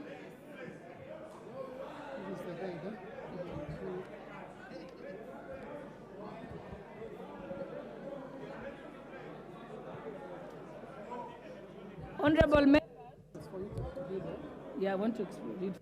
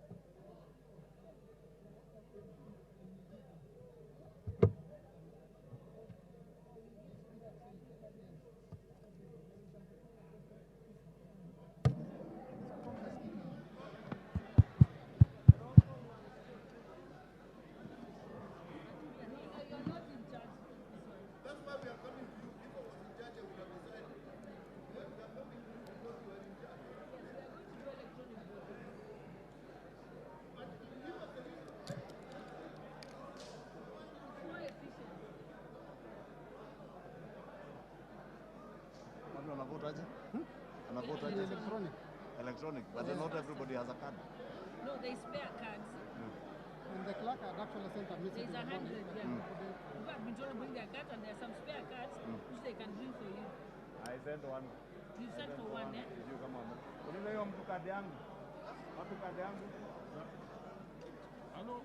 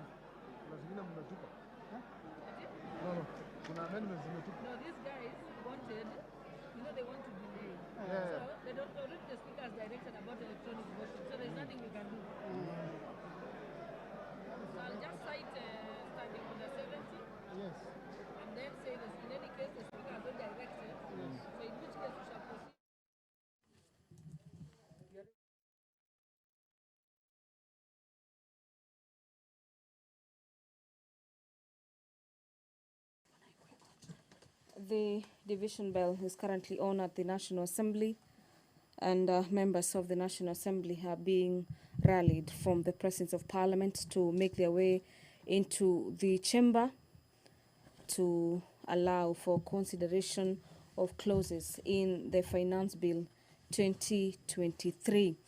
The Finance Bill currently, the members of the National Assembly are considering the clause 2 of the bill, where we've had members of the ruling party as well as the opposition being on divergent positions over this particular clause.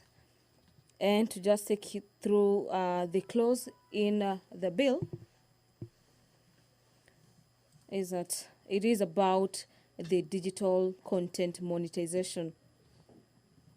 The proposals in the bill is that the clause be amended in the proposed definition of digital content creation by deleting a paragraph E and substituting therefore with a new paragraph.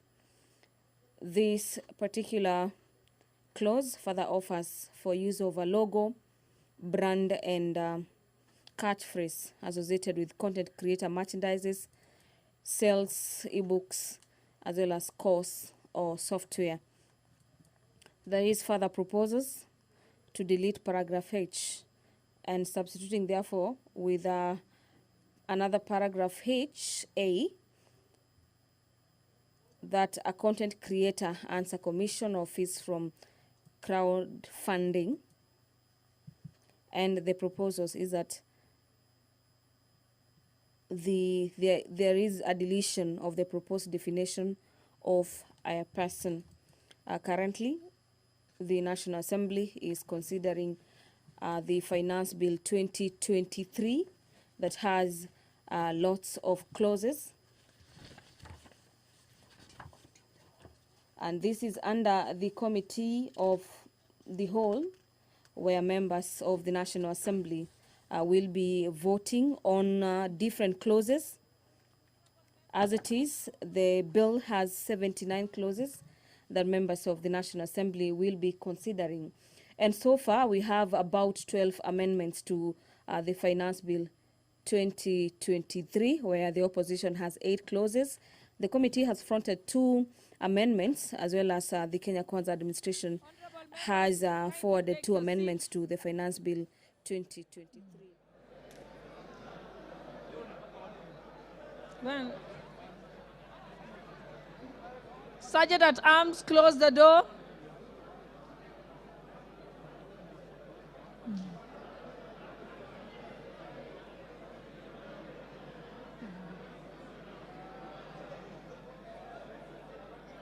Honorable members, I wish to bring to your attention Standing Order number 70, as other members had raised the reason why we should undertake electronic voting. Standing Order number 70 says, unless the Speaker, for the convenience of the House, otherwise directs, voting on a division in the House shall be by electronic voting. And already the Speaker, when he was here, had already directed that voting will be by electronic voting.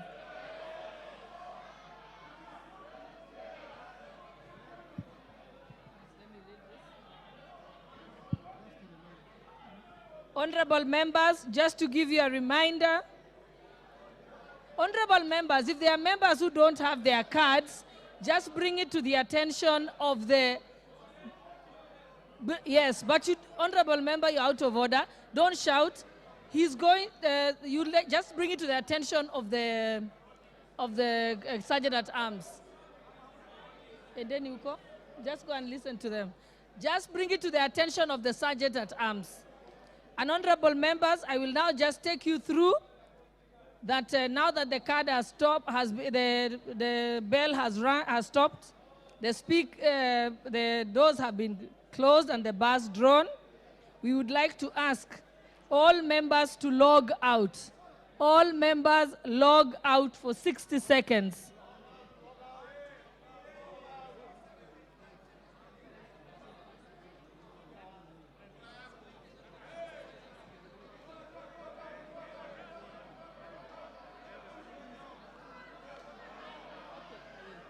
Okay, 60 seconds. Let's wait for 60 seconds. Who's checking the time?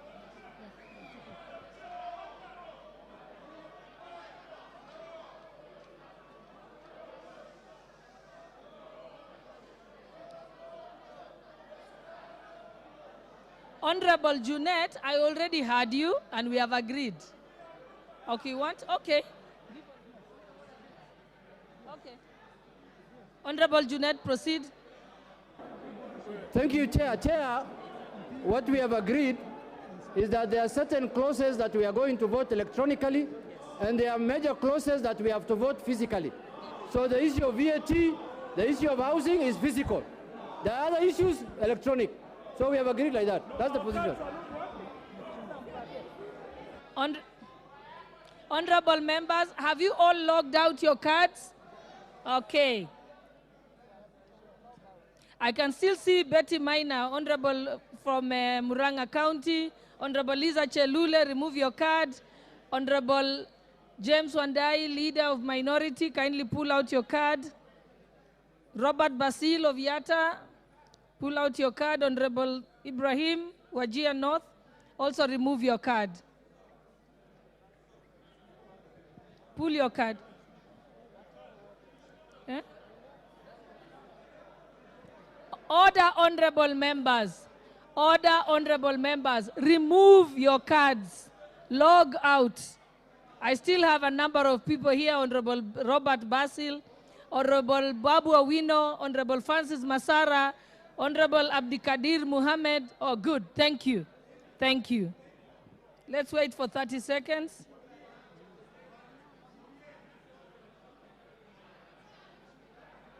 Check the 30 seconds and we log in.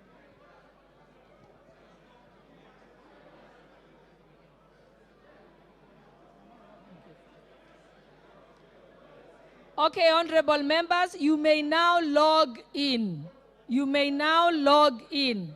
And at the expiry of 60 seconds, then you may vote. You have an option to vote yes, an option to vote no, or an option to abstain. Proceed.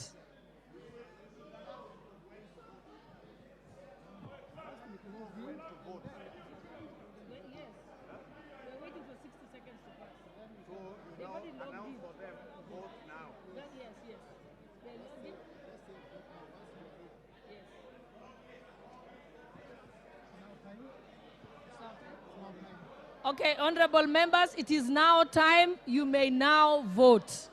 You may now vote. Go and listen to them. Just ignore them. I think they are doing it deliberately. Voting has actually deliberately begun. They have to display how many are in attendance first.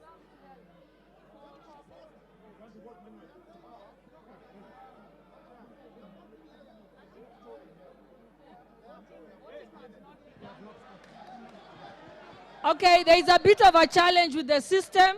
Just hold on for a few minutes. It's being addressed. It's being addressed.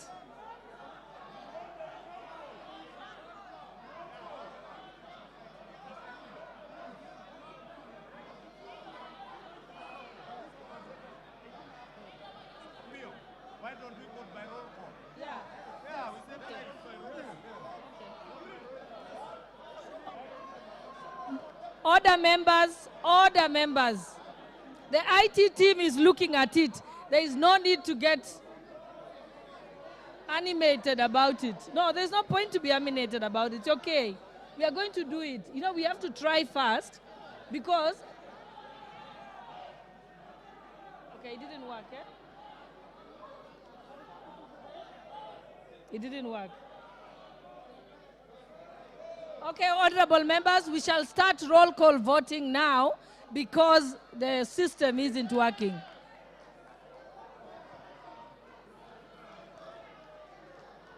But it was imperative to at least attempt to follow the speakers in directions. Have a seat, sit down. Take your seats, tell your team to take their seats. Honorable Wandai. Honorable Wandai, your team are the only ones standing. If you could kindly ask them to sit. Honorable Fatuma Migori, kindly take your seat.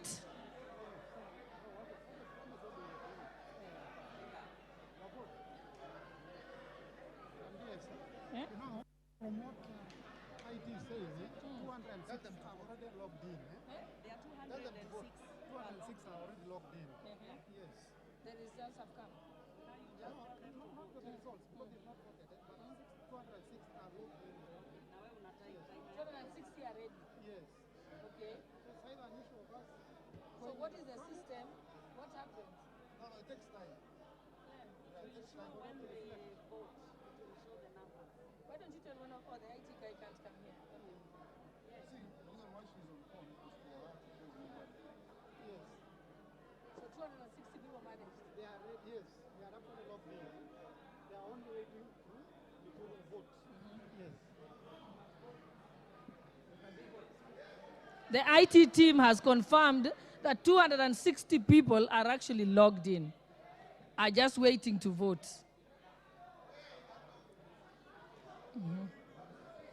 Just hold on, they're trying to make sure that everybody's on it.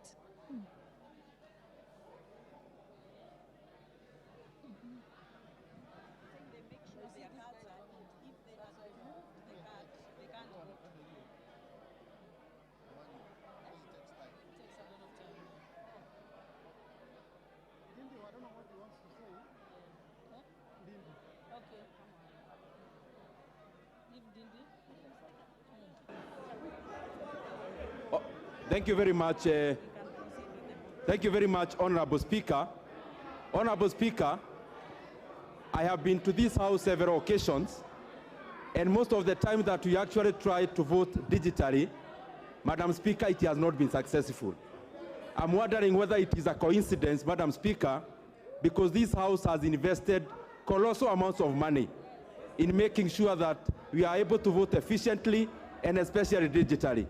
Madam Speaker, we must relook at the entire IT team of this Parliament, Honorable Speaker, so that next time, if there is capacity they need, we capacitate, but we need to be efficient, Madam Speaker, in terms of voting, because I don't think this is a coincidence. This is normal. Thank you.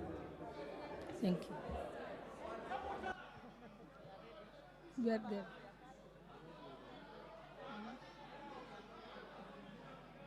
Okay, this is what will happen. Because we already have over 270 people who are logged in. No, if you have not, okay, log in. Log in. No, log in. I can even see. Don't, just log in and wait.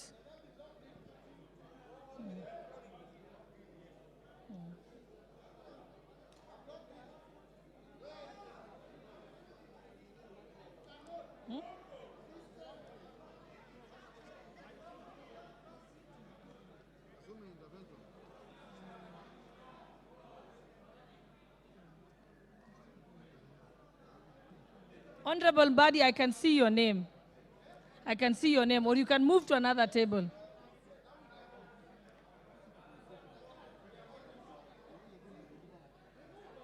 I can see your Honorable Badi. You can move to the next one and try and do it on the other one.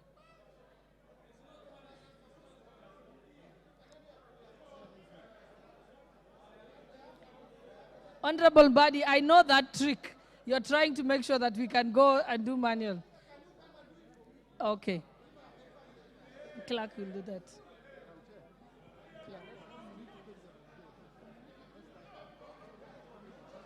Okay.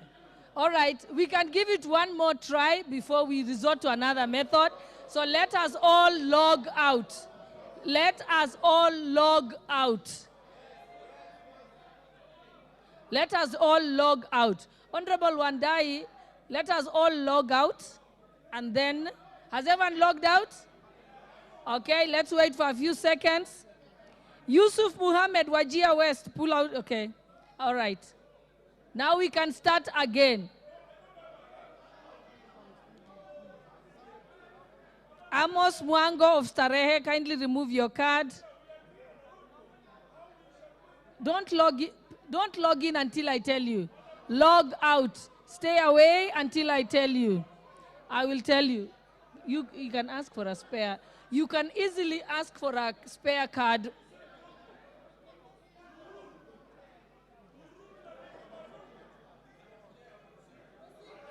Okay, Amos Mwango Starehe, please log out. Honorable Francis Masara, log out. Sunai West. Honorable Musa Sirma, log out. Babu Owino, log out. Okay, now let us, can they proceed? Can now log in? You can now log in. You can now log in. And then wait until I tell you to vote. Log in and wait until I tell you to vote. Log in. Whoever is logging in has logged in, okay.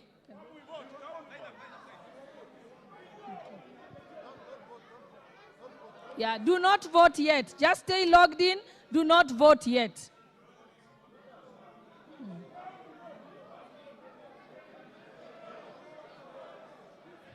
We will wait because they are counting how many are logged in.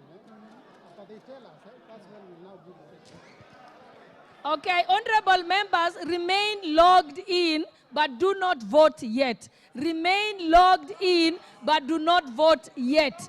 Once the IT team has counted the number of people who have logged in, then we shall vote. I will give you the all clear. Honorable Bui, you are out of order, and you will actually end up not voting. So take your seat. You are already logged in. It's okay. That's your problem. Let us proceed. You can't threaten us, Madam Chair. Why are you threatening us?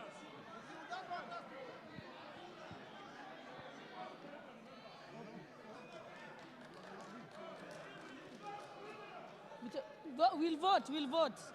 We are going to proceed to vote, but wait. We are just waiting for the go-ahead from IT, and then we'll tell you to vote. We shall proceed.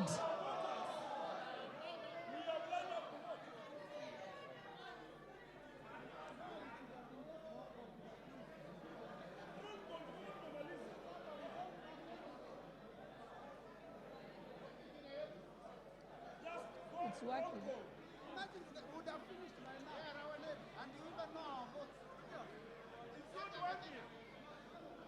Honorable Body, if you just be a little patient, we are waiting for the all clear if the logging is working. If it's not, of course we will default to the other system. So let's just be patient. Let us be patient.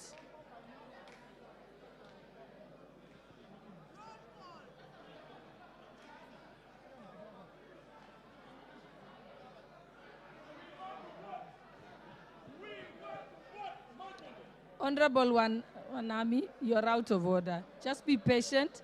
We are trying to check the system. I said in case the system does not work.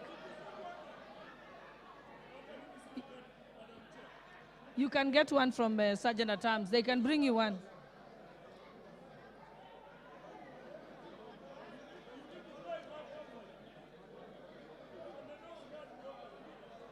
But you've read Standing Order 70. You know Standing Order 70. I read Order 70 very clearly. Unless the Speaker directs, of course you don't want to vote.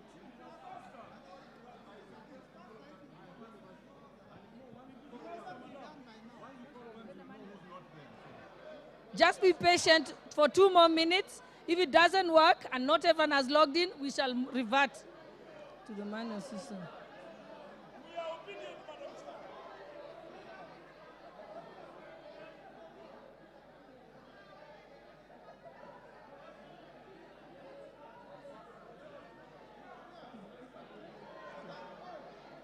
Let's wait.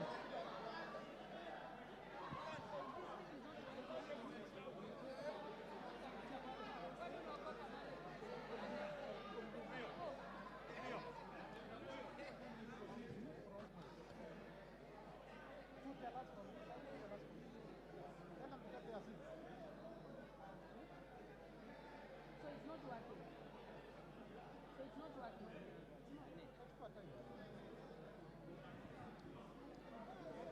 Okay, it seems apparent that the system is not working.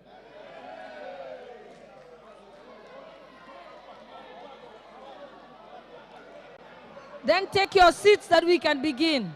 Take your seats and we can begin.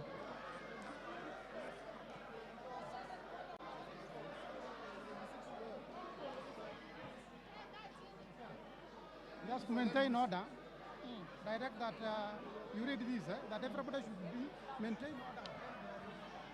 Order, honorable members. Order. Honorable Mbui. Honorable members. Honorable members, I wish to bring to your attention order number 76, standing order number 76. During division, members shall maintain order in the House and shall be in their designated seats and must remain seated until the result is announced. So, honorable members, let us obey our own standing orders.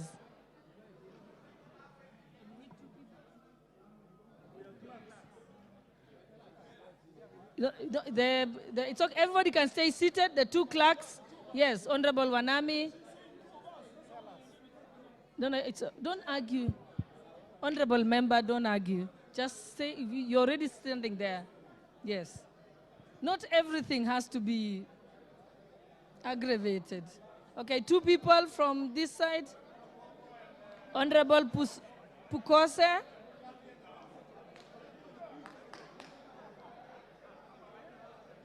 Honorable Doya, take your seat. Okay.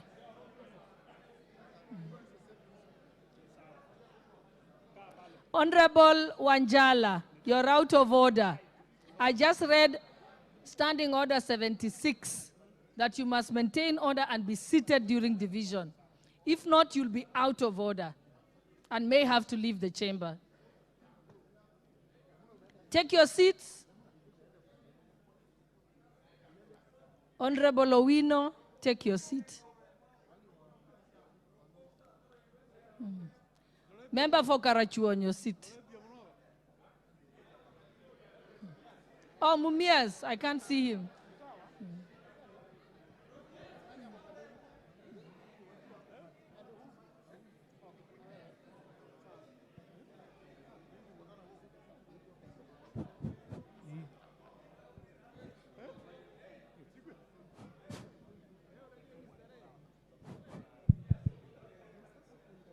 Everyone is seated. Okay, sound. Okay.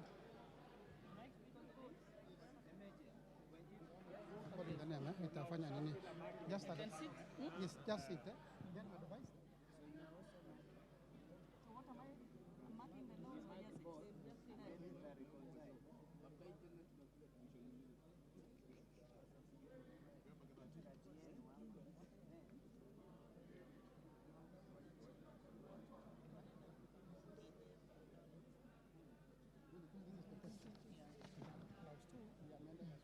Honorable members, as we begin the voting process, I wish to remind you of the question. I now put the question that clause 2 be amended as proposed by Honorable Nyikal.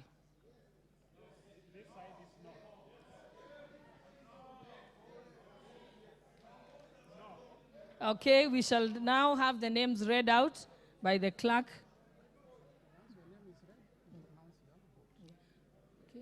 All right, members, if your name is called, you pronounce your vote from where you're seated.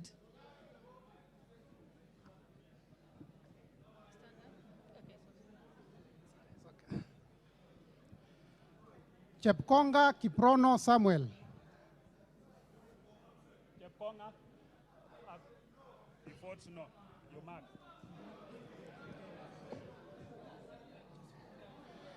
Langat. No, you don't mark like that. No. Here, there is a no and a yes. There are people who are doing that. Mine is to ensure that. No. Then if you want somebody to mark with me, so who is marking from here? Then you come out so that you mark from there. We want you to mark from there. Where Kajin will mark from there so that we can see. Jina. Langat Benjamin Kipkirui. So you is voting no. Langat Benjamin Kipkirui has voted no. Yes. No. Okay. Kitani Marian Jabet. No. Atandi Samuel Onunga. No, Atandi is there. Atandi is here.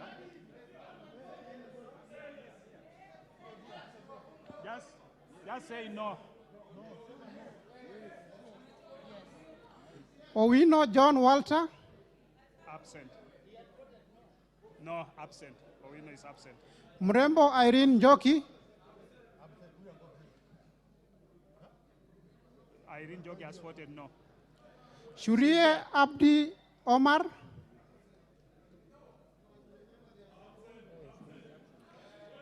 Sergon Florence Jamatia. Kandie Joshua Chepiegon. No. Kipkoros Joseph Makilap.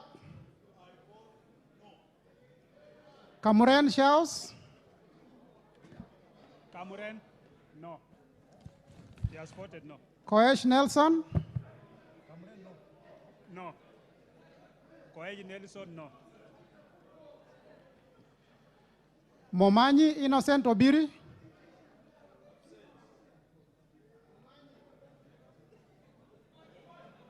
Momanyi Innocent Obiri. Absent. Barongo Nolfason Obadia. Borongo is there? Yes. Votes yes. Alpha Miruka Ondieki. He's voted no. Lynette Chepkorir. No. Kilel Richard Cheruiyot. No. Yegon Richard Kipkemoy. No. Mamwasha Onchoke Charles. Onjoke? Onchoke Charles. Ogola Gideon Ochanda. No. Osero Patrick Kibagendi.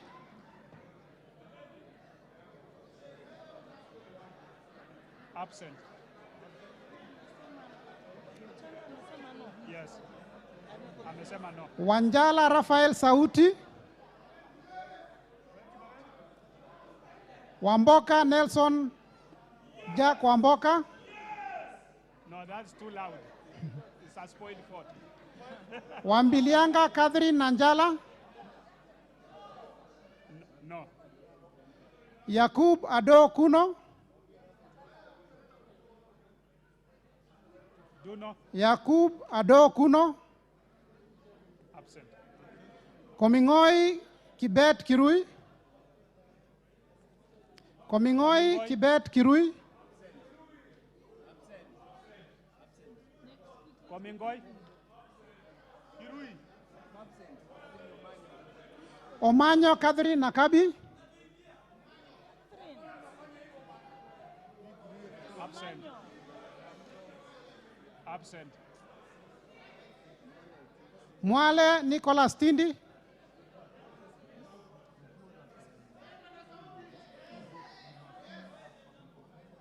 Oyula Joseph Mahero.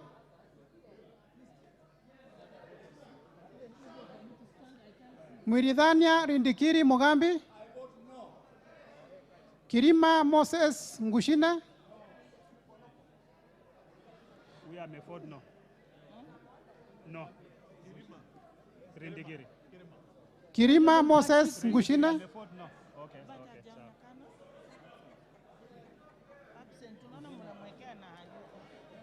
Shimbwa Omar Mwinyi. Koech Victor Kipngetich. No. Barasa Patrick Simiyu.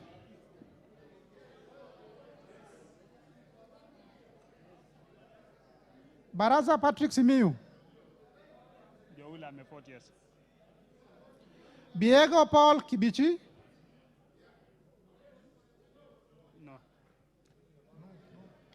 Ntwiga Patrick Munene.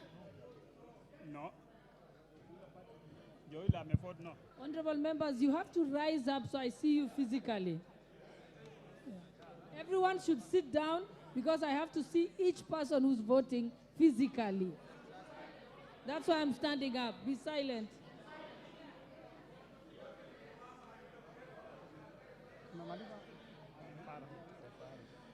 Mahalim Farah.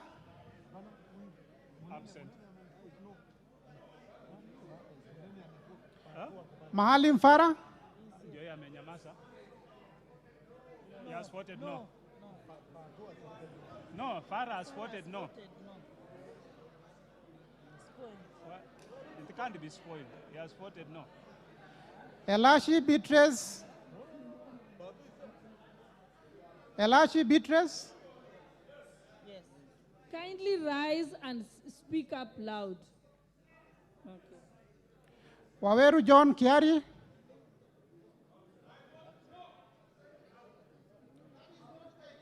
Sirma Musa Charutich. Welie Adan Kenan. Caroline Jebtong Elechei.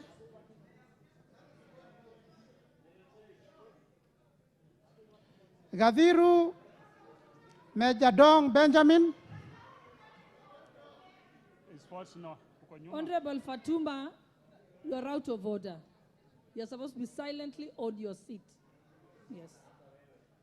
And that's the second warning, by the way. Yeah. Ongili Babu Owino.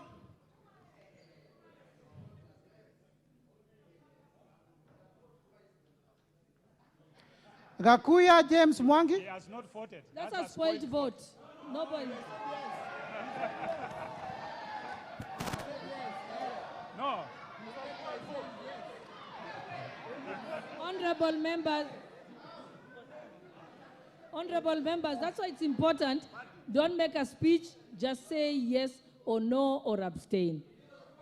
Please. That one for Babo Winners point. Huh? Yeah, it's okay, yeah.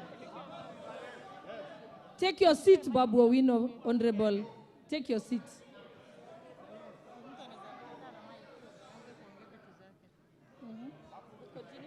Gakuya James Mwangi. Gakuya James Mwangi. Mawadhe Julius Musili. Mwenje Mark Samuel. Daboen Pamela Njoki Njeru. Lelmengit Joses Kipto Kosgei. Omboko Milemba Jeremiah. Kipiegon Johanna Ngeno. Ukose Robert, Doctor. No. Yakub Farah Sala. Yakub Farah Sala. Proceed. Oundo Wilberforce Ojiambo. Iribae Said Buya. Tungule Charo Kenneth. Siad Amin Udgo. Siad Udgon. Baro Diko Mohammed. Guyo Ali Wario. Guyo Ali Wario. Absent. Muriu Wakili Edward. Kururia Elijah Njore Njoroge.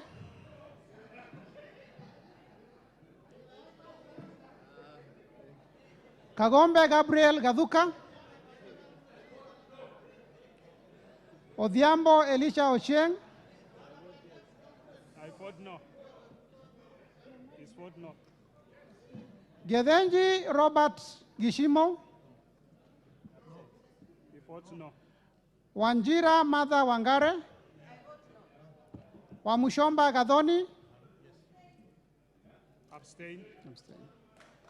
Gimose Charles Gumini.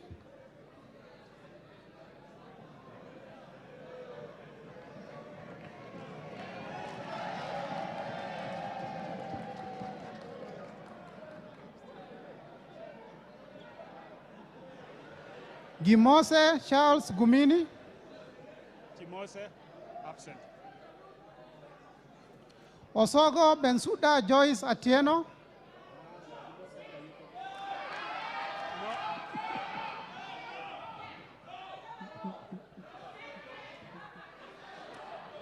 Kaluma.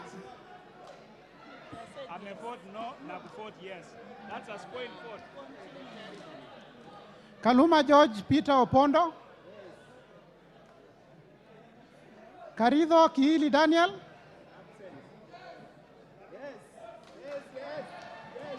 No. No. He has voted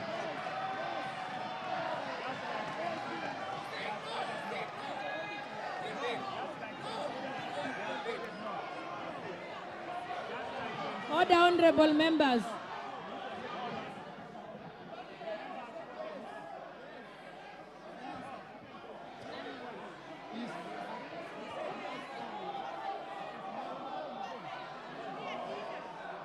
Honorable Daniel, sit down. I will call your name again.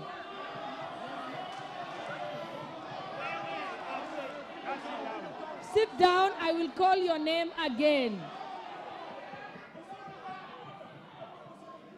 Osoro, please, Honorable. Okay.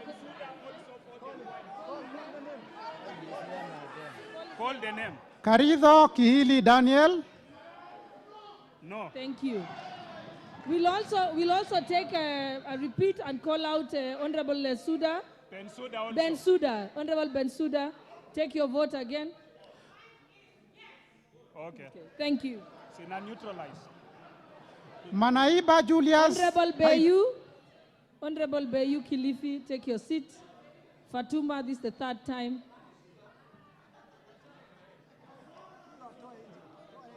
Proceed.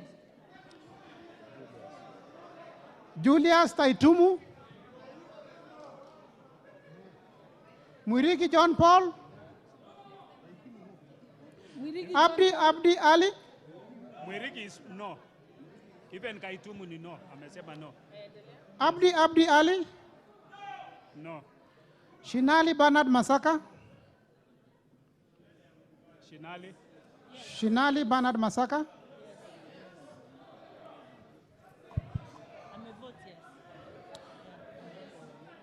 Bonaya Mumina Golo. Honorable Shinali, speak up. Honorable Shinali. Speak up.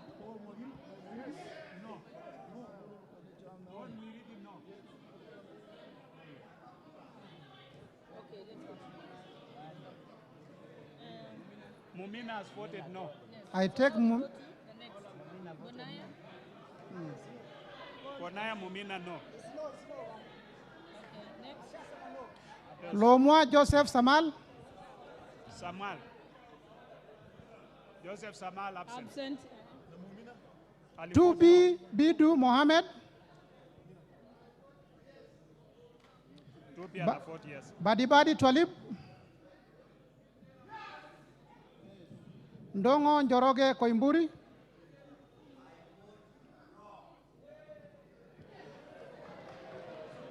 Wamashukuru James Kamau. No. Obara If Akinyi. Kalasinga Joseph. I vote yes.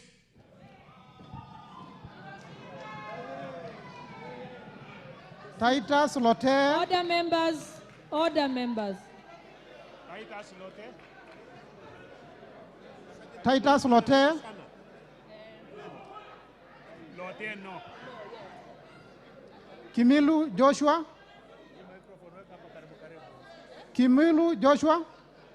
Yes. Sankaire Lea Sopiato.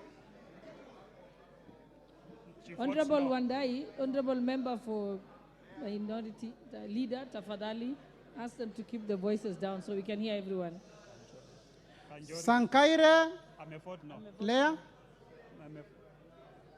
Okay. Kanchori Elijah Memusi.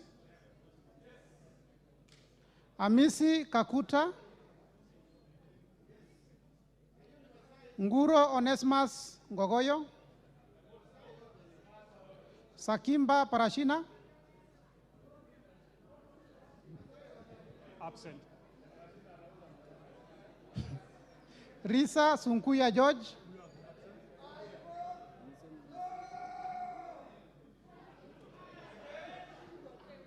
Muanda Elsie, Katana Paul Kahindi,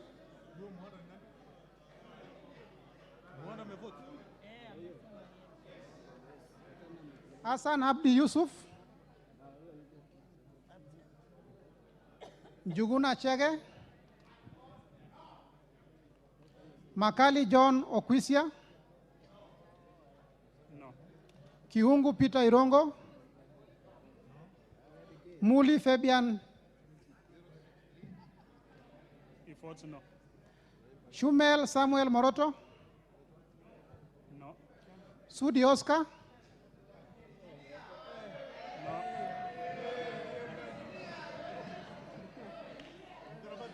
Okwome Andrew Adipo,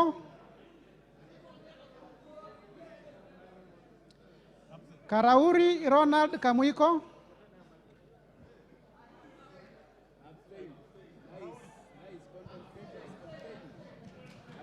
Were Shaus Ongondo, Were Shaus Ongondo, Mbui Robert, Korir Adams Kipsanai, Kipkoesh Gideon, Honorable Babu Owino, kindly take your seat. Take your seat.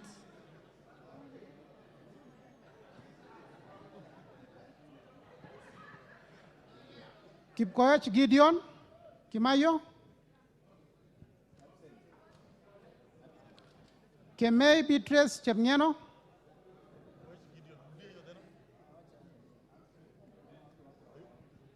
Absent. Kemei Beatrice, Ruto Julius Kipleting, Wangaya Christopher Aseka,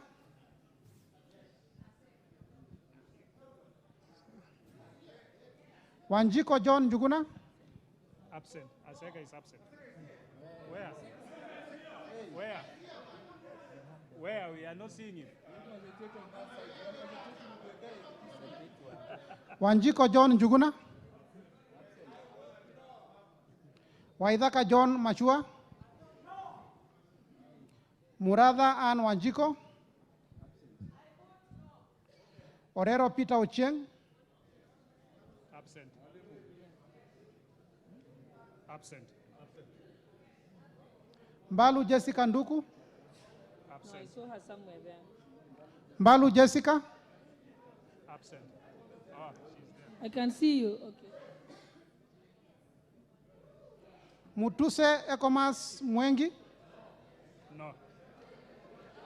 Wainaina Anthony Njoroge, No.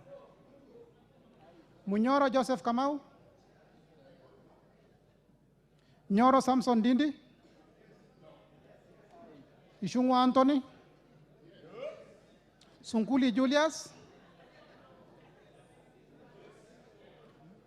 Sunkuli Julius, Yes. Yes. Mwanyanje Gertrude Mbeyu,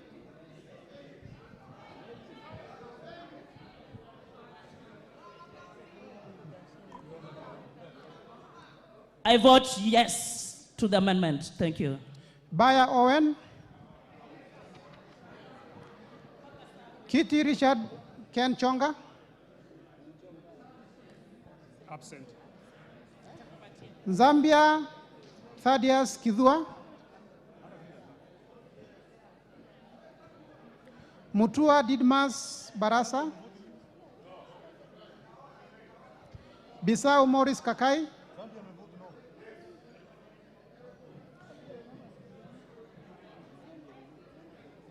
Umekapcha huyo? Okay. Rai Samuel Gonzi, Kwenya Dhuku Zakare. No.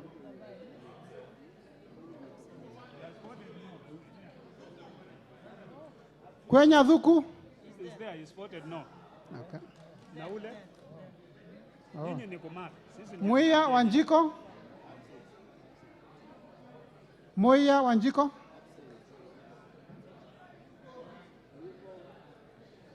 Cherorot Joseph Kimutai. Cherorot? Cherorot Joseph Kimutai. Cherorot is saying no.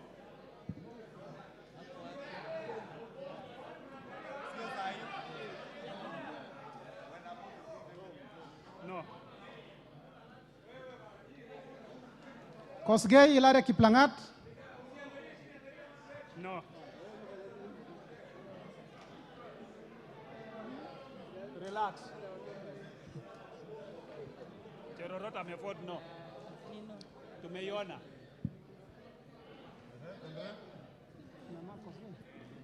Koskei? Maina Jane Jerry. No. Gitari Joseph Gashoki. No. Uko nyuma. Bedzimba Rashid Juma.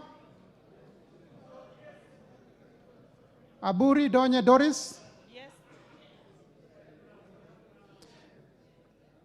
Ruth Adhiambo Odinga. Oron Joshua Odongo.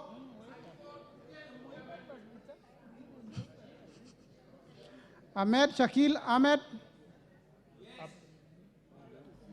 Buyu Rosa Akinyi. Absent.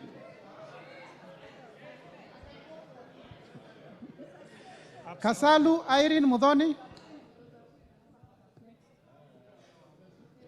Mulu Makali Benson. Mbai Nimrod Mbithuka. Mbai is absent.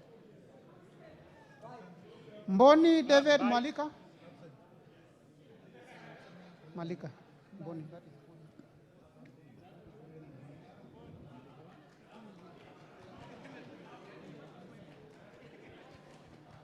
Nyamai Resho Kaki. Nyenze Edith. Nyamai has voted no. No. Nyense Edith. Nyenze Edith. Absent. Mokaya Nyakundi Japheth. I vote no. Kibagendi Anthony. Kibagendi Anthony has voted twice, ama? Gisairo Cliff Ombane.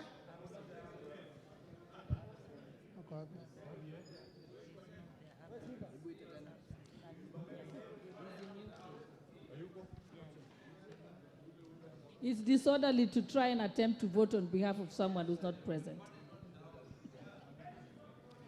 Yegon Brighton Leonard.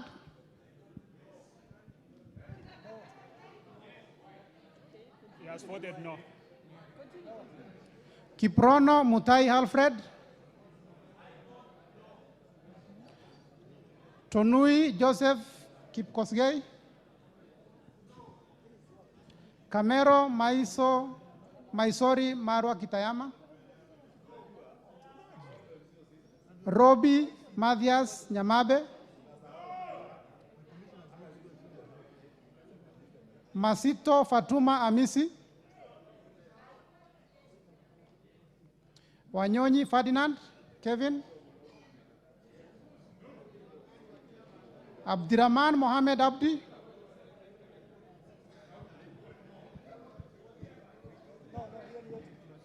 Abdirahman Mohamed Abdi. I vote no. Amepiga no. Mohamed Abdikadir Hussein. No. Kagiri Jane Wangeshi. No. Kionjori Festus Mwangi. No. Korere Sara Paulata. Absent. Karani Stephen Washira. Karani. No, Karani is somewhere. Proceed. Wachira Karani? Lekuton Joseph. No. Marubu Monica Mudhoni. Huh? Alikuwa around. Nani? Wachira Karani? Marubu Monica Mudhoni. Ameford no. Huko nyuma ameford no. Obo Ruweida Mohammed. No. Moirore Mudhama Stanley. Ameford no. Kode Felix Odiwor. No. Kaangara Joseph Mboro. No. Ameford no. Mugabe Innocent Maino. Oh, We Mboko. Ameford yes. Mboko Mishi Juma. Mugabe Innocent Maino.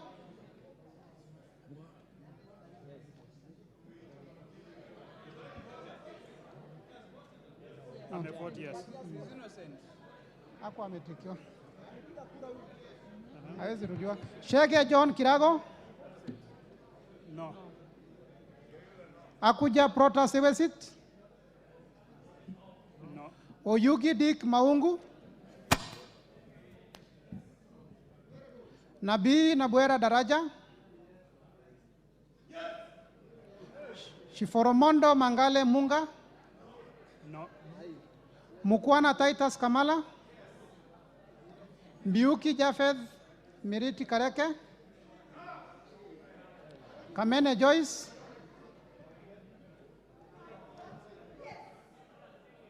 Mule Caleb Mutiso.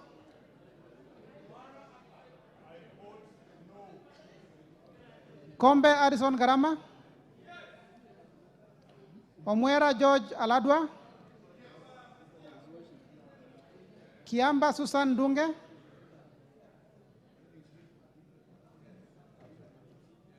Kiamba Susan Dunge. Absent. Mumo Rose Museo. Ayuko absent. Injendi Moses Malulu. Mnyasi Amina Laura.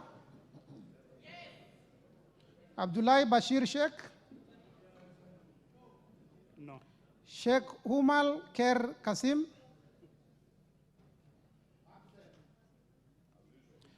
Abdirahman Mohammed.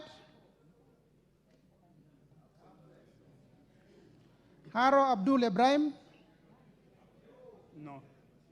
Yusuf Adan Haji.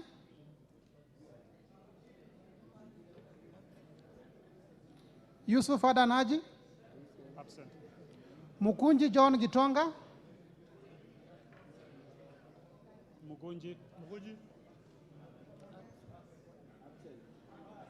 Mukunji John Gitonga. Njoroge Mere wa Maua. Bowen David Kangogo. No. Toroitish Timothy Kipchumba. Wako Naomi Jilo.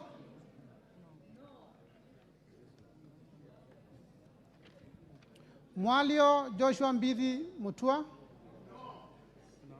Odanga Geoffrey Mahoa. Absent. Oluoch Anthony Tom. Gishuki Hedwin Mugo. No. Kahugu Eric Mwangi. No. Tandaza Kasim Sawa. No. Na Bulindo Peter Oscar. Absent. Yes. Nabulindo? Oh, yes. Yes. Mule Stephen Mutinda. Ayuko. Wapi Mule? Wapi Mule? Mule, where is he? No, Mule is not there. Mule Stephen Mutinda. He's not there. Absent. You can't give him he's absent. Kingola Patrick Makau. Absent. Ruku Geoffrey Karioki. Yes, yes. No. You fought no. Yes. You fought no.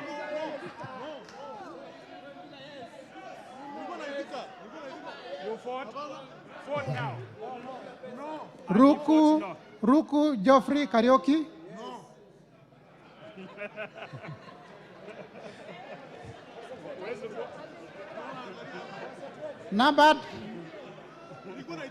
Nebat Bernard Morioki. Marioke, no. No. Nzioka Erastus Kivazu. Nsiokani, yes. Kailemia Elizabeth Karambu. But ule mwingine ni no. Marioke ni no.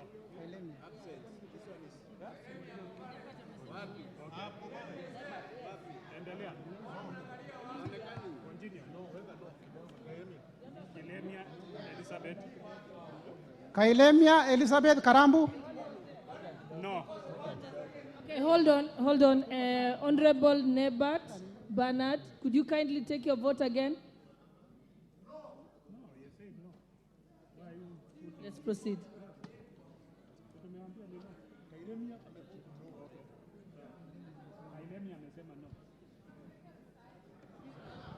Mohamed Fatuma Zinabu.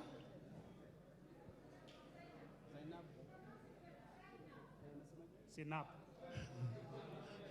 Proceed.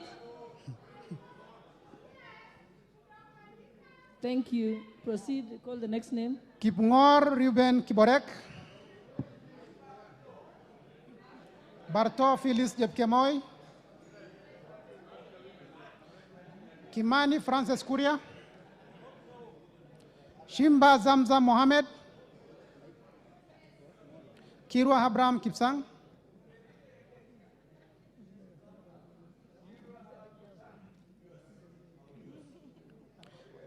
Jaldesa Guyo Wako. Absent. Jaldesa Guyo. Absent. Bader Salim Faisal. No. Chesebe Fred Kapondi. Oyo James Onyango.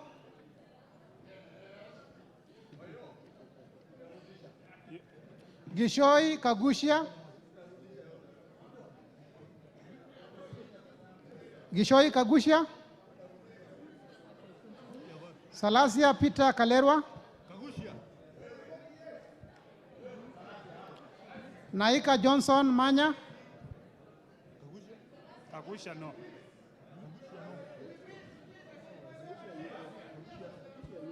Honorable Kagusha. Honorable, rise to your feet. Absent.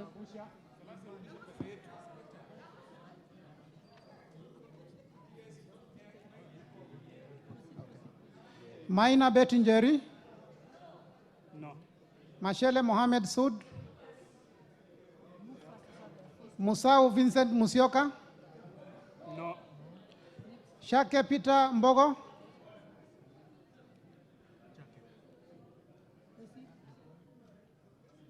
Maingi Mary. Moliongi Gideon. Nzengu Paul. Nguna Shaus. Pasaris Eza Muzoni. Kihara Jane. Wanjiro Njeri. Kiara Jane. She votes no. Shelule Lisa Chepkorir. She votes no.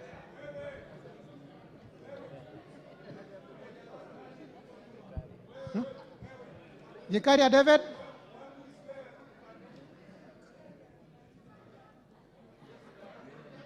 Gikaria David. Gikaria David votes no. Kindly speak up, don't display, don't do sign language, just speak up.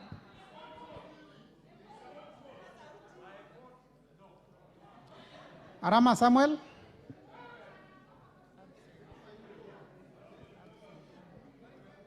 Mulanya Geoffrey Ekesa. Muge Cynthia Jepkosgei. Kitur Bernard Kibor.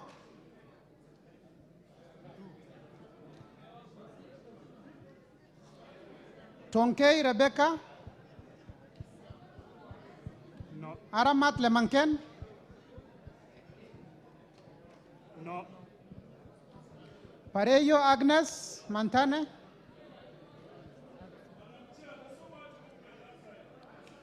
Kitilai Olentutu. No. Member for Kajiado County.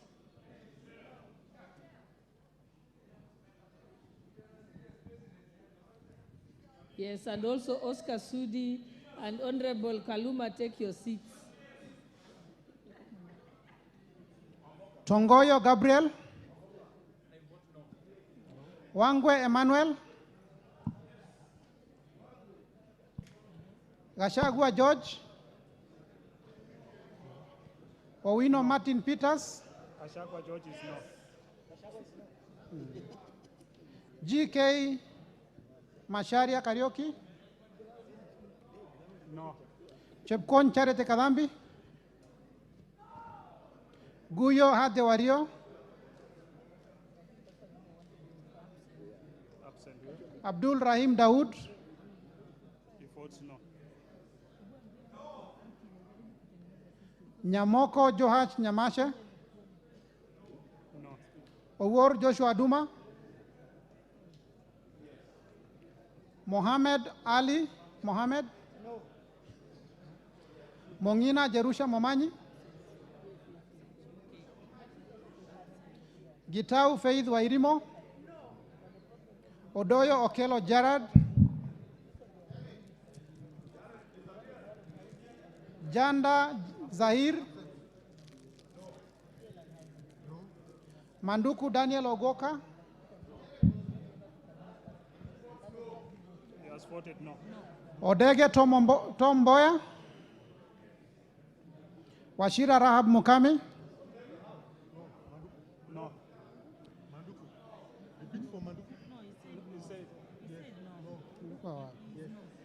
Madenge Duncan Maina. No. Maina, no. Mushira Maiko Mwangi. No. Kiarao David Njuguna. No. Wainaina Maiko Wambogo. No. Kosing David Losiakou.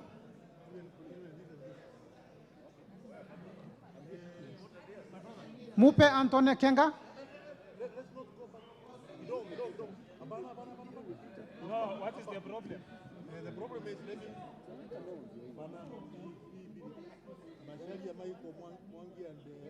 See, they have voted no. No. Yes. No, they've not voted. They have voted no. They have voted no. They have voted no. No. They have voted no.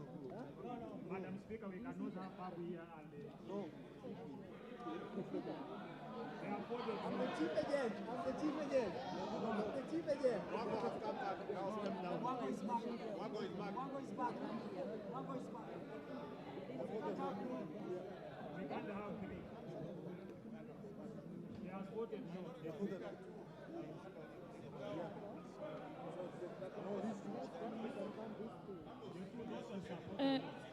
Which one? Honorable Mushira, could you kindly take your vote again? Yes. Yeah. And then Honorable David Njuguna Kiarambo. Thank you. Okay. Honorable Kosin.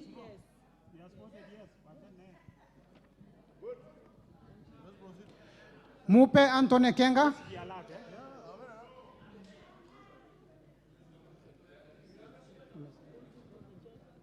Mupe Antone Kenga. Amevote no. Ndio ule uko mwisho. Gogo Liliana Cheng. Absent. Oh, where? That's a spoiled vote. Can you say yes or no?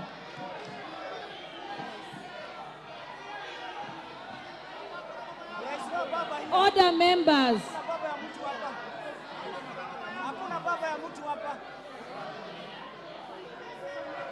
Order, honorable members.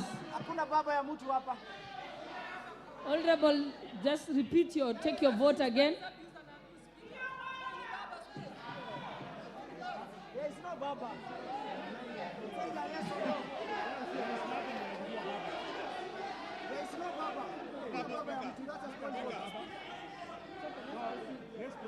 Hiyo ni spoiled vote.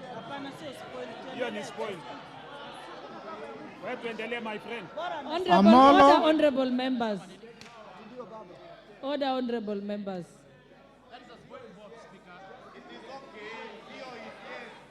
I perfectly understand that. It's the next sentence that was confusing. But she has clarified. You may take your seat, Honorable Gogo.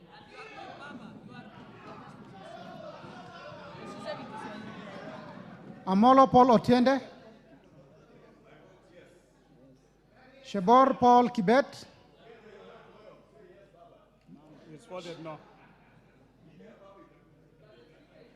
Paul Abor. Mwafrika Augustine. I'm a vote no. Mwafrika, I'm a vote Honorable no. Paul Abor, could you take your vote again? That's voted no.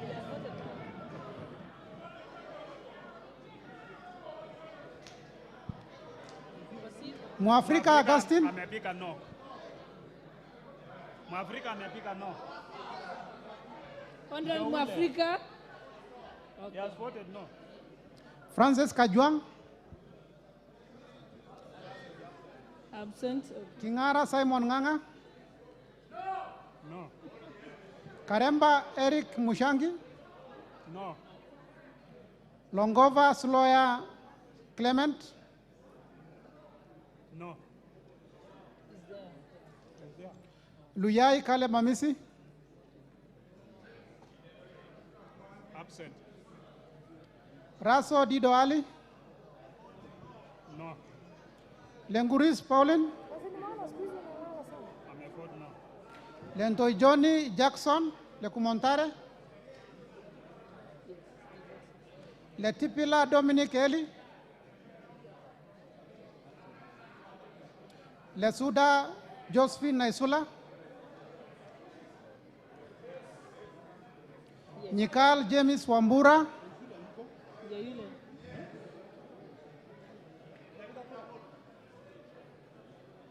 Ikana Frederick Lusuli. I vote no. Odor Christine Ombaka. Lusuli amevote no. Okay, sawa. Huh? Huh? Amevote no. Okay. Lochakapong Peter. Amevote no. Kemei Justice Kipsang. Amevote no. John Waluke.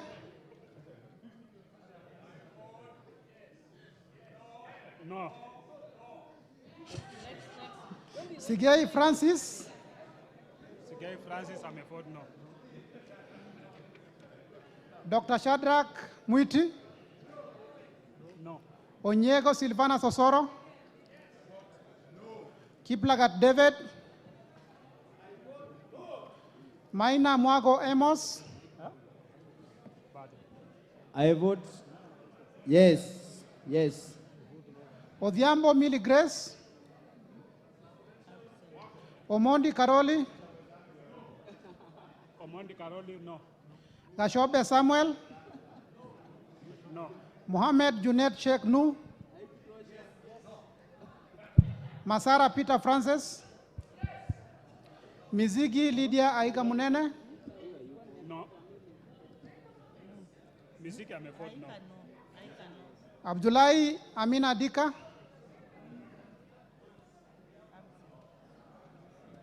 Bare Hussein Abdi. No.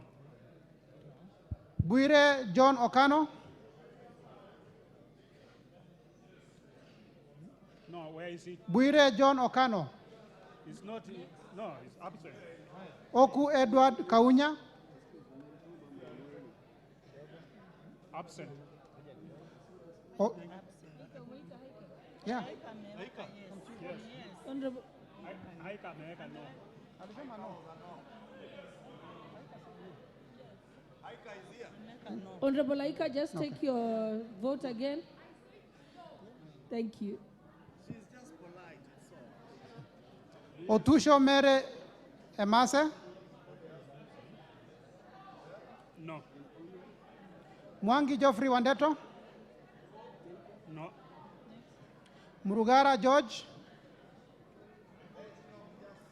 Nduyo Susan Ngoge,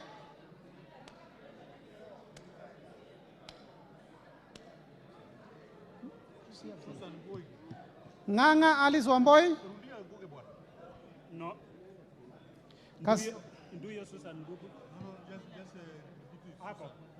Susan ako Ngui. Huyu wa Tharaka Nithi. Susan Gugi, Honorable Susan Gugi Taraka. Okay, proceed.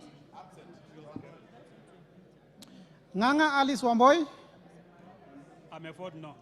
Kasait William Kamket, No. No. Aburi Lawrence Mpuri, Mburi Aburi. Mutunga John Kanyuithia, No. Kibiwot Julius Meli, Chikati John Murumba, Sioi Lilian Chebet, No. Sitienei Janet, Nyitit Cecilia Asinyen, No.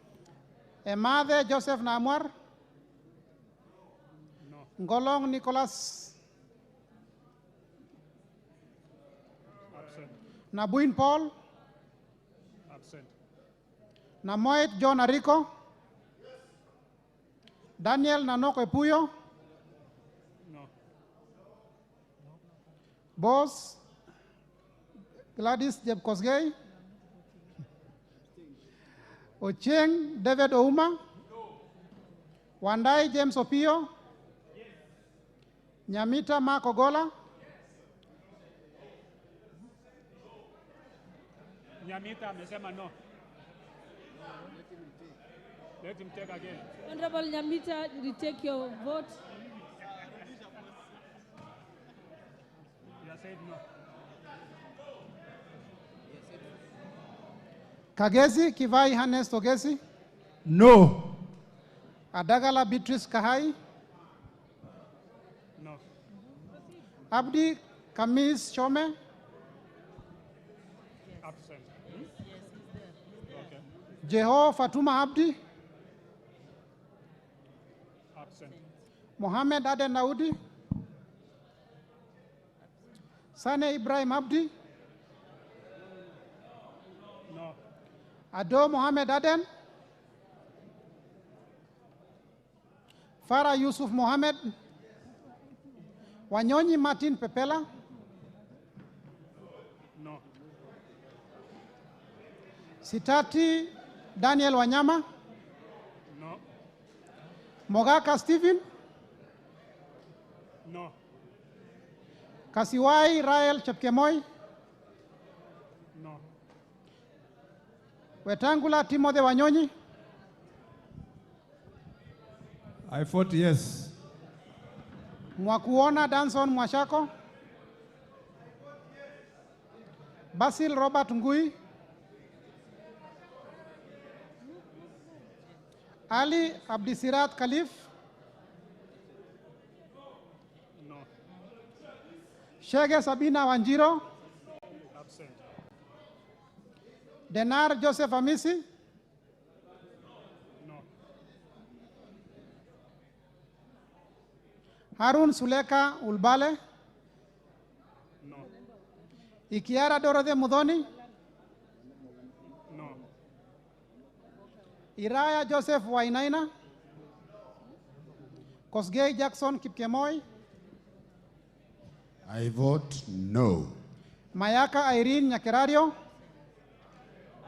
Mohamed Umulker Arun, Absent. Mwangi Teresia Wanjiro, I vote no. John Badi,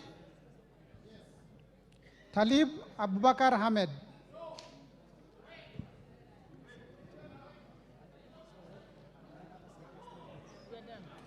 We can now count.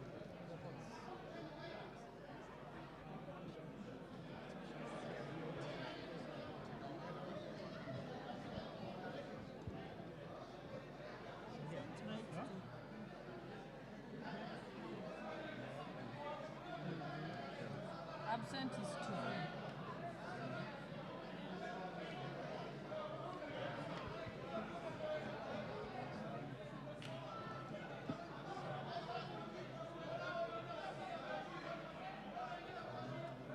Order, honorable members.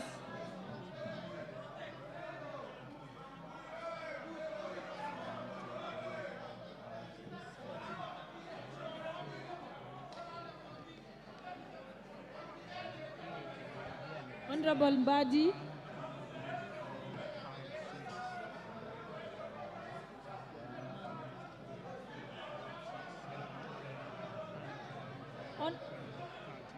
Order, honorable members.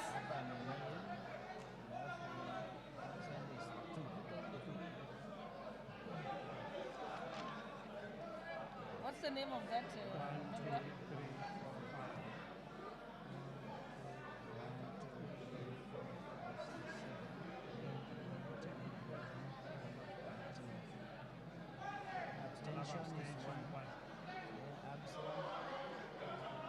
Honorable members, Honorable Waluke.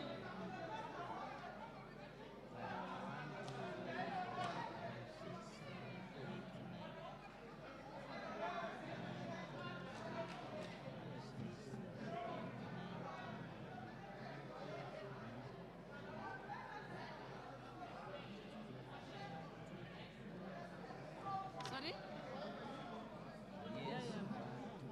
Honorable members, I will again for the last time bring to your attention Standing Order 76, which says that during the division, members shall be maintain order in their house, and shall be in their designated seats and must remain seated until the result is announced. So after this, I will declare you out of order and you will leave the chambers.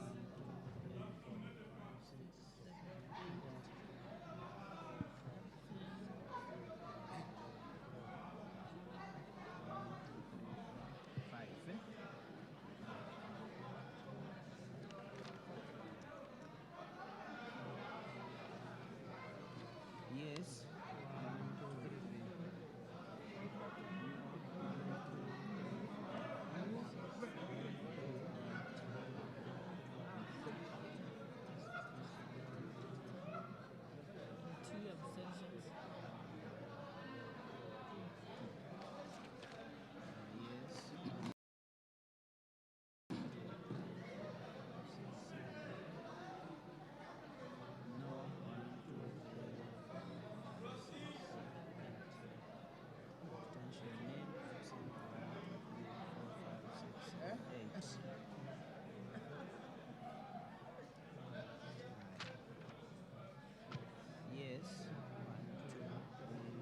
Yes, it's 1,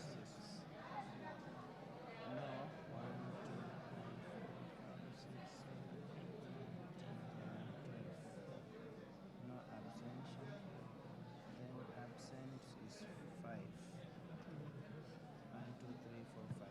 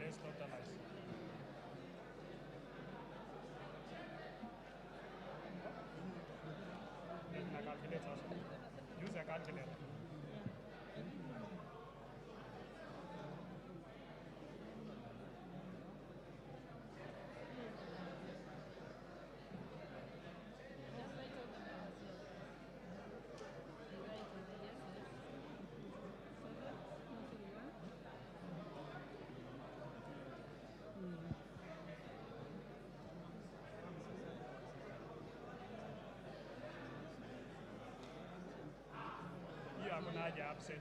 No, no, it's good. Okay. Absent. And abstain. Abstain plus.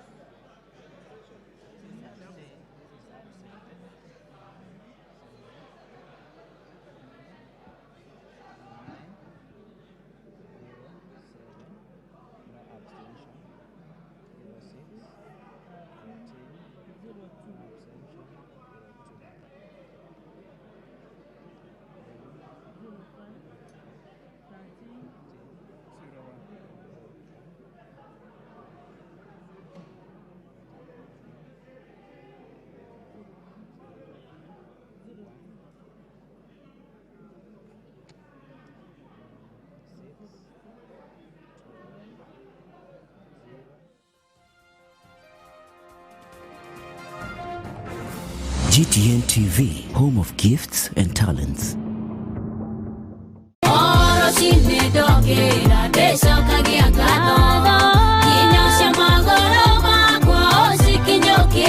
Niguo kwamukira rwimbo ngatho rutuike skiza tune ya thimo yaku ukwandika kiugo skiza wekire space wandike code ino 6981766 utume kuri 811.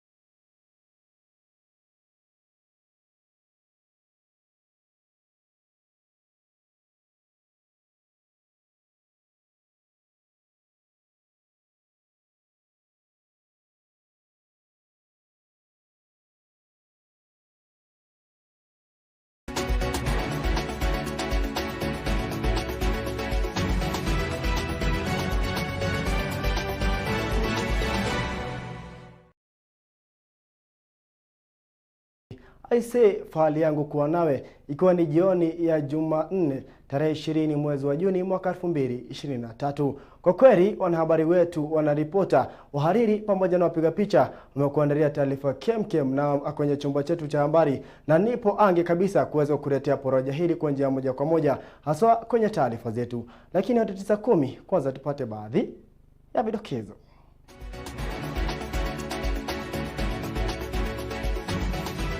Kati ya tuliokuandalia kwenye muktasari wetu wa GTN saa moja. Bunge yaendelea kusoma bajeti ya mwaka wa kifedha ya 2023-2024. Hisia tofauti kutoka kwa Wakenya kufuatia mzozo kwenye chama cha Jubilee. Wakenya walalamika kwamba hawapokei manufaa ya kimaendeleo hata baada ya kulipa ushuru. Na kundi la kushawishi almaarufu Lobby Group natishia kushtaki serikali kwa kubakisha sehemu kubwa ya bajeti ya huduma ya afya katika ngazi ya kitaifa.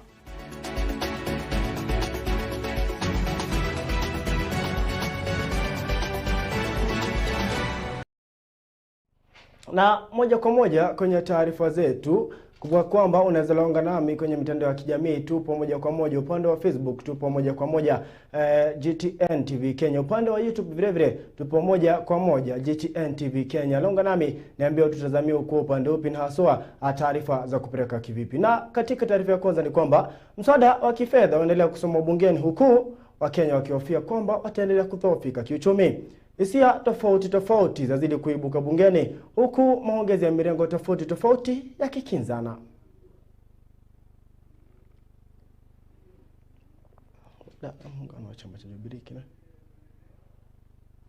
Baada ya muungano wa chama cha Jubilee kinachoongozwa na mbunge wa Iara Kanini Kega kutopewa ruhusa ya kuondoa chama hicho kutoka kwa muungano wa Azimio la Umoja wa Kenya Alliance na koti linalowajibikia mzozo wa chama hapo jana, huku koti likisimamisha mpango wa muungano huo wa Azimio wa kufanya mkutano wa bunge tarehe 22 mwezi huu. Wananchi sasa wameweza kutoa hisia zao kuhusu hatua hiyo.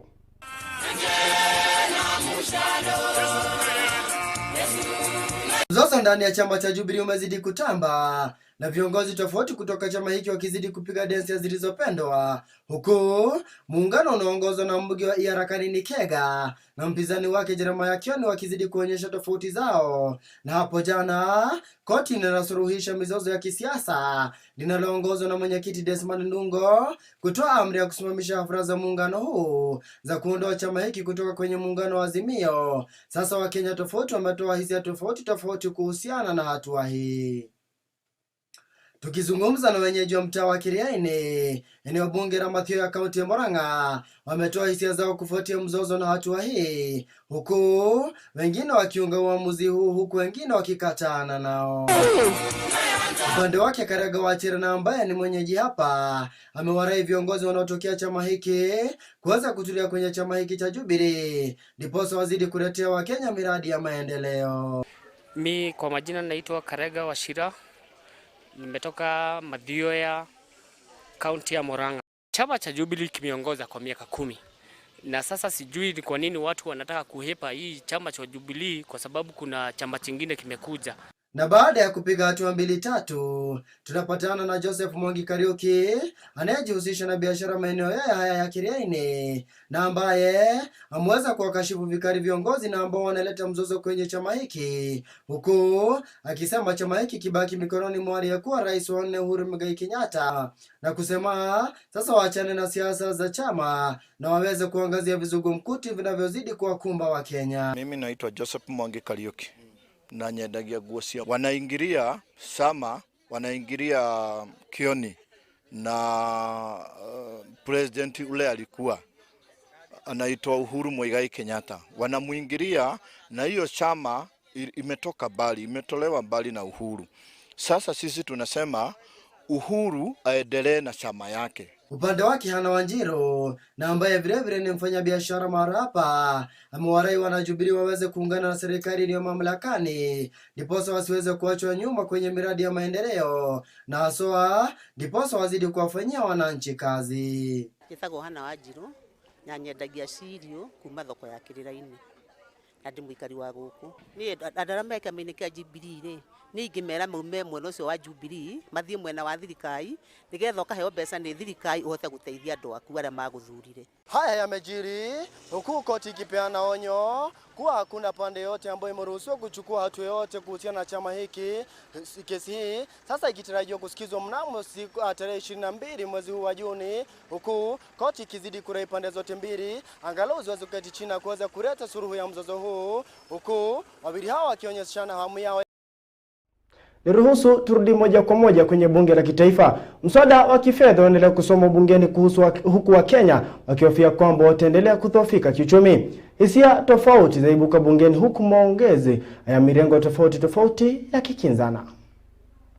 It's tally of votes tallied, and immediately after that particular tally is complete, the speaker, the Deputy Speaker of the National Assembly, who is currently the chair under the Committee of the Whole, will be announcing the results to members of the National Assembly in regards to how that particular clause performed, or the fate of that particular clause.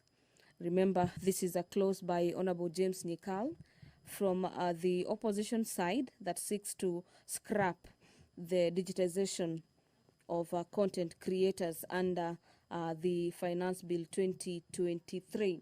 We've been having members of the National Assembly vote. Hizo ni picha na ambazo ziweza kufika kwako kwa njia moja kwa moja kutoka kwenye bunge la kitaifa katika kaunti ya Nairobi. Tukizidi na habari zetu ni kwamba zikiwa zimesalia siku 10 tu ili shughuli ya kuwasilisha ushuru kufika kikomo, Wakenya wengi sasa wanadai kwamba ushuru wanaolipa hauna faida wala mafanikio yote. Hivyo sasa wanaitaka serikali ya Kenya Kwanza kuweza kuleta maendeleo mashinani ili kuinua biashara kufuatia kuzorota kwa uchumi kila uchao. Mwandishi wetu Wanja Wanjiru anaarifu. Shilingi bilioni 61 ili kuwezesha kukusanya shilingi trilioni 3. Ikiripoti zikiwa Zimesalia siku 10 pekee kwa shirika la ukusanyaji wa ushuru liwe limekusanya ushuru kabla ya tarehe 30 mwezi huu. Wakenya wengi wakilalamika kwa kulipa ushuru kila mwaka ili hali hawaoni mafanikio haswa katika sekta ya kimaendeleo, huku wakilaumu serikali kwa kutotimiza ahadi zake baada ya uchumi kuzorota kila uchao. Wengi wakitaka serikali ya Kenya Kwanza kutimiza ahadi zake na kufanya jitihada za juu chini kuhakikisha mahitaji ya kimsingi yameangaliwa kwa usawa na hasa kuinua biashara ya wahadhi watu wa chini. Idadi kubwa ya Wakenya haijaridhika na uongozi wa Kenya Kwanza na kusema kuwa wanataka uongozi mwema lazima kwanza washughulikie mwananchi wa kawaida, hasa kutoka sekta ya kilimo na biashara. Ile tunakata sisi kila siku tunakata kodi na ushuru.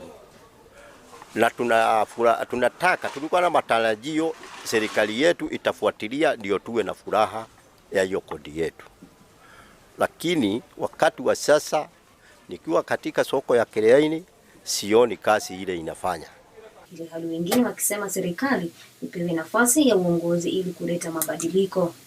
Kufuatia kuzorota kwa uchumi na ukosefu wa pesa, shirika la ukusanyaji wa ushuru litakuwa na kazi si haba kwa kukusanya shilingi trilioni 3 za kifedha baada ya bajeti ya mwaka 2023-2024 kusoma wiki iliyopita. Shirika hili linataka kitita cha shilingi bilioni 61 ili kuwawezesha kukusanya shilingi trilioni 3. Nikiripotia runinga ya GTN, jina langu ni Beki Wanjiru.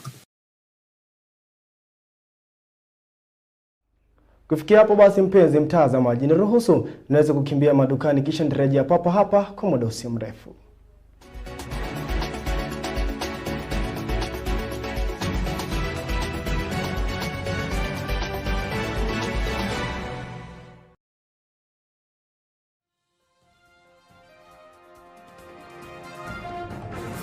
GTN TV, home of gifts and talents. My name is Samuel Kahura, Principal Nyeri High School. On 23rd of June this year, 2023, we will be having a ceremony in the school that will be launching the school anthem, Swahili version. The launching of the Kiswahili school anthem. The Kiswahili version of the school anthem. Swahili anthem. We already have an English one. And this has been an effort from the students and teachers of Nyeri High School, trying to bring the team spirit among the students and all the stakeholders, so that we are able to handle all the matters in the school. We would like to say this, that Nyeri High School is almost 100 years old.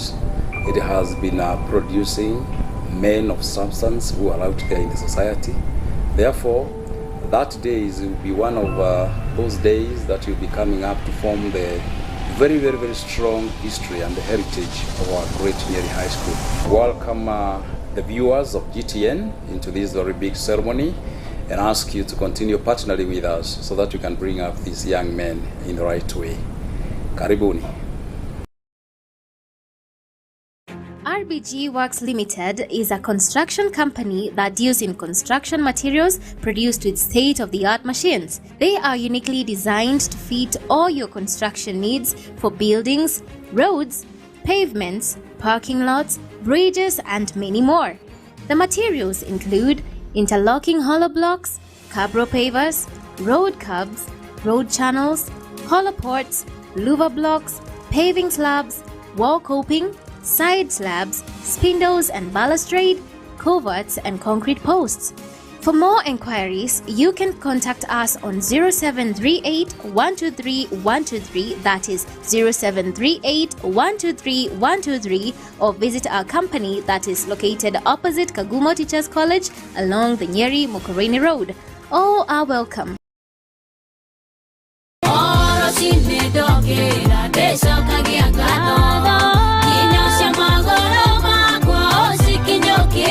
Niguo kwamukira rwimbo ngatho rutuike skiza tune ya thimu yaku, ukwandika kiugo skiza, wikire space, wandike kodi ino 6981766, utume kuri 811.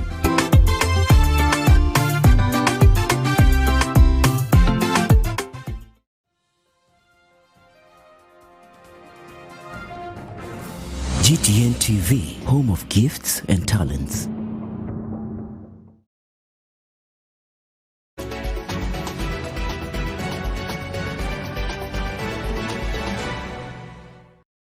Karibu tena.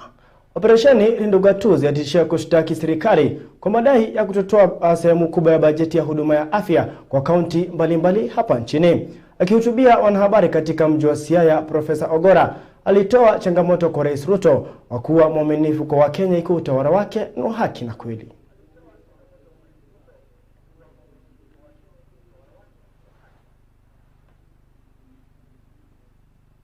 So we want the president to be sincere with his administration.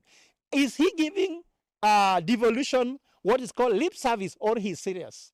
We want to have 80% of healthcare budget coming to the county levels to ensure we can have medicine, we can have drugs. Because devolution in healthcare has only taken place by devolving positions, but not devolving resources.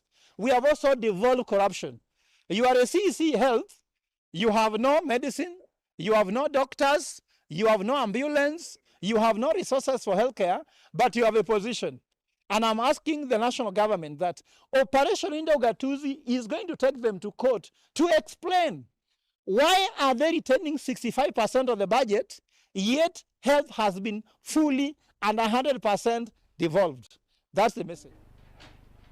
Kwingineko ni kwamba jamii ya Torobik yataka kutambuliwa na serikali kwa kanuni za kikabila ili kuwawezesha kunyakua fursa za kazi za kiserikali. Wanachama wa kabila hili wamedai kuwa wamepoteza fursa kadhaa haswa katika kuajiri vikosi vyenye nidhamu ambavyo mara nyingi zinashirikiwa kati ya makabila mengine nchini. Kamishina wa kaunti ya Siaya Jim Joka amesema kwamba ofisi ya kamishina wa ulinzi na data inapaswa kurekeza vituo vya uhamasishaji hadi mashinani ili kuwezesha raia kujua haki zao katika ulimwengu wa kidijitali.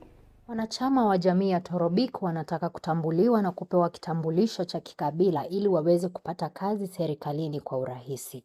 Wakizungumza Jumapili walisema kuwa wamepoteza fursa nyingi hasa katika ajira za vyombo vya usalama ambapo nafasi zao wanasema mara nyingi zinagawiwa kati ya makabila mengine katika kaunti. Torobik ni jamii katika kundi la Kalenjin kutoka bonde la Ufa. Wakiongozwa na Paul Misiboi wa chama cha Torobik Community Association walisema imekuwa ngumu kwao kwa sababu hawatambuliwi licha ya kuishi nchini Kenya kwa zaidi ya karne moja. After eviction, these people for many years have been endangered because of their few numbers. If not recognized and if not the government can do something about it so that these people can be resettled, so that their continuity of their generation can be enhanced. You see now, if they are assimilated to the other big communities, they'll be swallowed. And in a few years, there might be no sub-tribe in Kalenjin called the Torobik. Akiongezea alisema kuwa kuna makabila madogo mengine nchini kama vile Makonde, Shona na Hindu ambayo yametambuliwa. Pamela Koskei ambaye ni mratibu wa chama hicho alisema vijana ndio wanaoathirika zaidi kwani wanakosa fursa za ajira. Tunahitaji tupewe katika serikali hii kabla mambo hiyo ingine ijakuwa. Tutambuliwe tupate watoto wetu wapate kazi kama watoto wengine ya watu wengine. Ili angalau wakati tunapongoja tupate makao na mahali hii ingine watoto wawe wamepata kuajiriwa kama watoto ya watu wengine. Nikiripotia runinga ya GTN, jina langu ni Jemaima Getonga. Unazidi kupokea taarifa hizi kutoka runinga uipendayo, ni runinga ya GTN haswa mida saa 1 za jioni ni saa za Afrika Mashariki. Kamishina wa kaunti ya Siaya Jim Joka amesema kwamba ofisi ya kamishina wa ulinzi na data inapaswa kurekeza vituo vya uhamasishaji hadi mashinani ili kuwezesha raia kujua haki zao katika ulimwengu wa kidijitali. Kamishna wa kaunti ya Siaya Jim Joka amesema kwamba ofisi ya kamishna wa ulinzi wa data inapaswa kuelekeza vikao vya uhamasishaji hadi mashinani ili kuwezesha raia wa kawaida kujua haki zao katika ulimwengu wa kidijitali unaobadilika kwa kasi. Joka alisema kuwa serikali iko tayari kuweka huduma zaidi ya 1500 katika mtandao wa kidijitali na kuna haja ya kuweka ulinzi utakaolinda uchakataji wa data binafsi. Kamishna huyo wa kaunti alisema Ni jambo la busara kwa taarifu raia wote kuhusu kile kinachotarajiwa kutoka kwao na ni wapi wanaweza tafuta suluhu iwapo kutakuwa na ukiukaji wa data. I want to thank the government through the office of the Data Commissioner for this workshop and call upon these sensitization forums to be cascaded to the villages where we are able to reach the mama mboga, where we are going to reach our fishermen, where we are going to reach our miners, because all of them provide very, very useful data to the government and to enable the government to provide different services. And that's why I'm really appealing to the government that all this information be cascaded to the grassroots. Alieleza kuwa serikali na uchumi zinatuelekeza katika mfumo wa kidijitali na wananchi wote wanahitaji kuwezeshwa ili waweze kujua haki zao na ni wapi wanaweza kutafuta suluhu wakati haki zao za ulinzi wa data zinakiukwa. Njoka alilalamika kuwa kumekuwa na visa ambapo data ya kibinafsi ilikuwa ikitumiwa na walaghai na basi kuna haja wa Kenya kuhamasishwa. The digital superhighway and the creative economy is a key agenda of this administration. As you are aware that His Excellency the President has directed that over 5,000 government services will be digitized, therefore calling the need to put in place safeguards that will protect the processing of personal data. Ofisi ya kamishna wa ulinzi wa data imekuwa ikiendelesha vikao vya uhamasishaji katika kaunti kadhaa vinavyolenga wafanyikazi wa umma na washikadau wengine. As you are aware, the government and the economy is going digital, and therefore all citizens need to be empowered so that they can know their rights, they can know where to seek redress where their rights on data protection are infringed. And that is the reason why we are here, because we want to sensitize our officers, we want to sensitize other stakeholders. Nikiripotia runinga ya GTN, jina langu ni Robinson Wandere. Mimba za ujana zimekuwa kero kubwa kwa uongozi wa nchi. Hivyo basi serikali imekata hatua ya kukomesha janga hili kwa jinsi yoyote iwezavyo, huku viongozi wa vijana wa kike wakiweza haswa kuzuru katika kaunti ya Kirinyaga, huku wakiendeleza kampeni za kupunguza mimba za ujana na shughuli za kudhibiti hatari hiyo. Wacha niambie wale vijana na wanaume wako hapa. Saa zingine mnadanganya hao wasichana kwa sababu wanatafuta hizi sanitary towels. Mnawadanganya, mnaingia pale huko nyuma kidogo kidogo, msichana ameshindwa kumaliza shule. Sisi tunasema na mheshimiwa Gasheri, tunataka kuona hawa wasichana wote wamekuwa viongozi. Ama si hivyo wasichana? Tunataka kuona hawa wasichana wamemaliza shule, wameingia kwa kazi zao, and they have become successful members of this society. So nikasema Gasheri, wacha nikuletee sanitary towels. Ndio hawa wasichana wakidanganywa, wacha wadanganywe na vitu zingine, lakini wasidanganywe kwa sababu ya pads, si ndio? Mkidanganywa mdanganywe kwa sababu ya vitu zingine, lakini si kwa sababu ya nini? Si kwa sababu ya nini? Mbunge wa kaunti mwenyeji Ndereti alisema kampeni yake ya Triple Threat inayolenga kumaliza mimba za ujana pamoja na kampeni za kia zaidi ya shule 50 katika kaunti hiyo. Alisema timu yake itahakikisha hakuna mtoto anayekosa shule kwa sababu ya ukosefu wa taulo ya kujisafi. Tumesema hakuna mtoto ambaye msichana atabaki ama akose kuenda shule manake hana access to sanitary towels. Na Gloria aliniambia kwamba atakuja hapa Kirinyaga County na ile pads drive yake inaitwa Glow Pads Drive, ili tuweze kupea wasichana wetu sanitary towels na ili tuweze kuwazungumzia. Linet Chipkorir, mbunge mdogo zaidi wa bunge la 13, aliwahimiza wanafunzi kuwa kila kitu kinawezekana ikiwa tu watafanya bidii. Pia anaendesha miradi kama hiyo katika kaunti yake ya Bomet kumaliza mimba za mapema. Tuwasaidie kwa sababu hao tena ni viongozi wa kesho. Tumeshukuru sana hapa Kirinyaga County, tumekaribisha na tutarudi tena. Yes, I have the similar program in my county. In fact, this is just like a miracle round. Very soon I'm also planning a tournament whereby our leaders like Ndereti and others, they will be coming also to support me. Yeah, we are going all around county supporting our local leaders. Thank you. Penzi mtazamaji, niruhusu basi naweze kupunga unyinyo, nitakuwa narejea papa hapa, usikae mbali.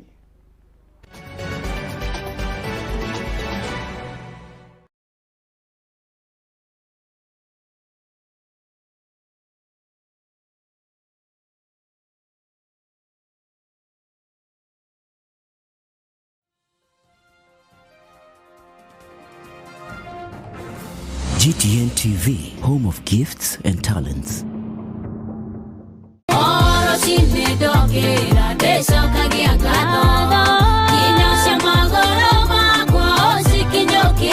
Niguo kwamukira rwimbo ngatho rutuike skiza tune ya thimu yaku, ukwandika kiugo skiza, wikire space, wandike code ino 6981766 utume kuri 811.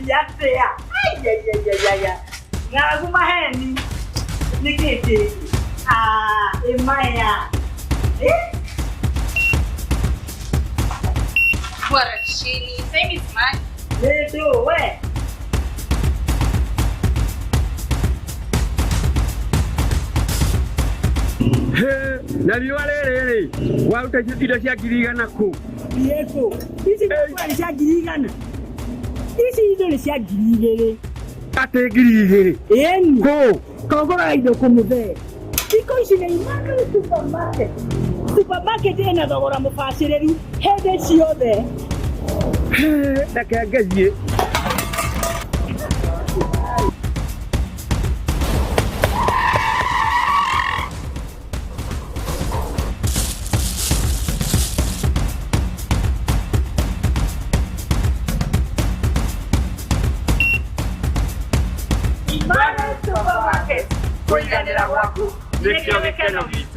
Enie, ndugetekere kugura indo na thogora wa iguru. Tuchere supermarket-inĩ citũ na igwatĩre indo na thogora wa mũhuko wakua. Tuchere honge-inĩ citũ to thaya. Barabara-inĩ ya gũthiĩ Karĩma na ho kũrigana na thoko. Hamwe na honge ingĩ nĩ hamwe na Kĩrĩa-inĩ, Kangema, Mugumo-inĩ, Kĩawara na Kamune. Emmanuel Supermarket, kũiganĩra gwaku nĩkĩo gĩkeno gitũ.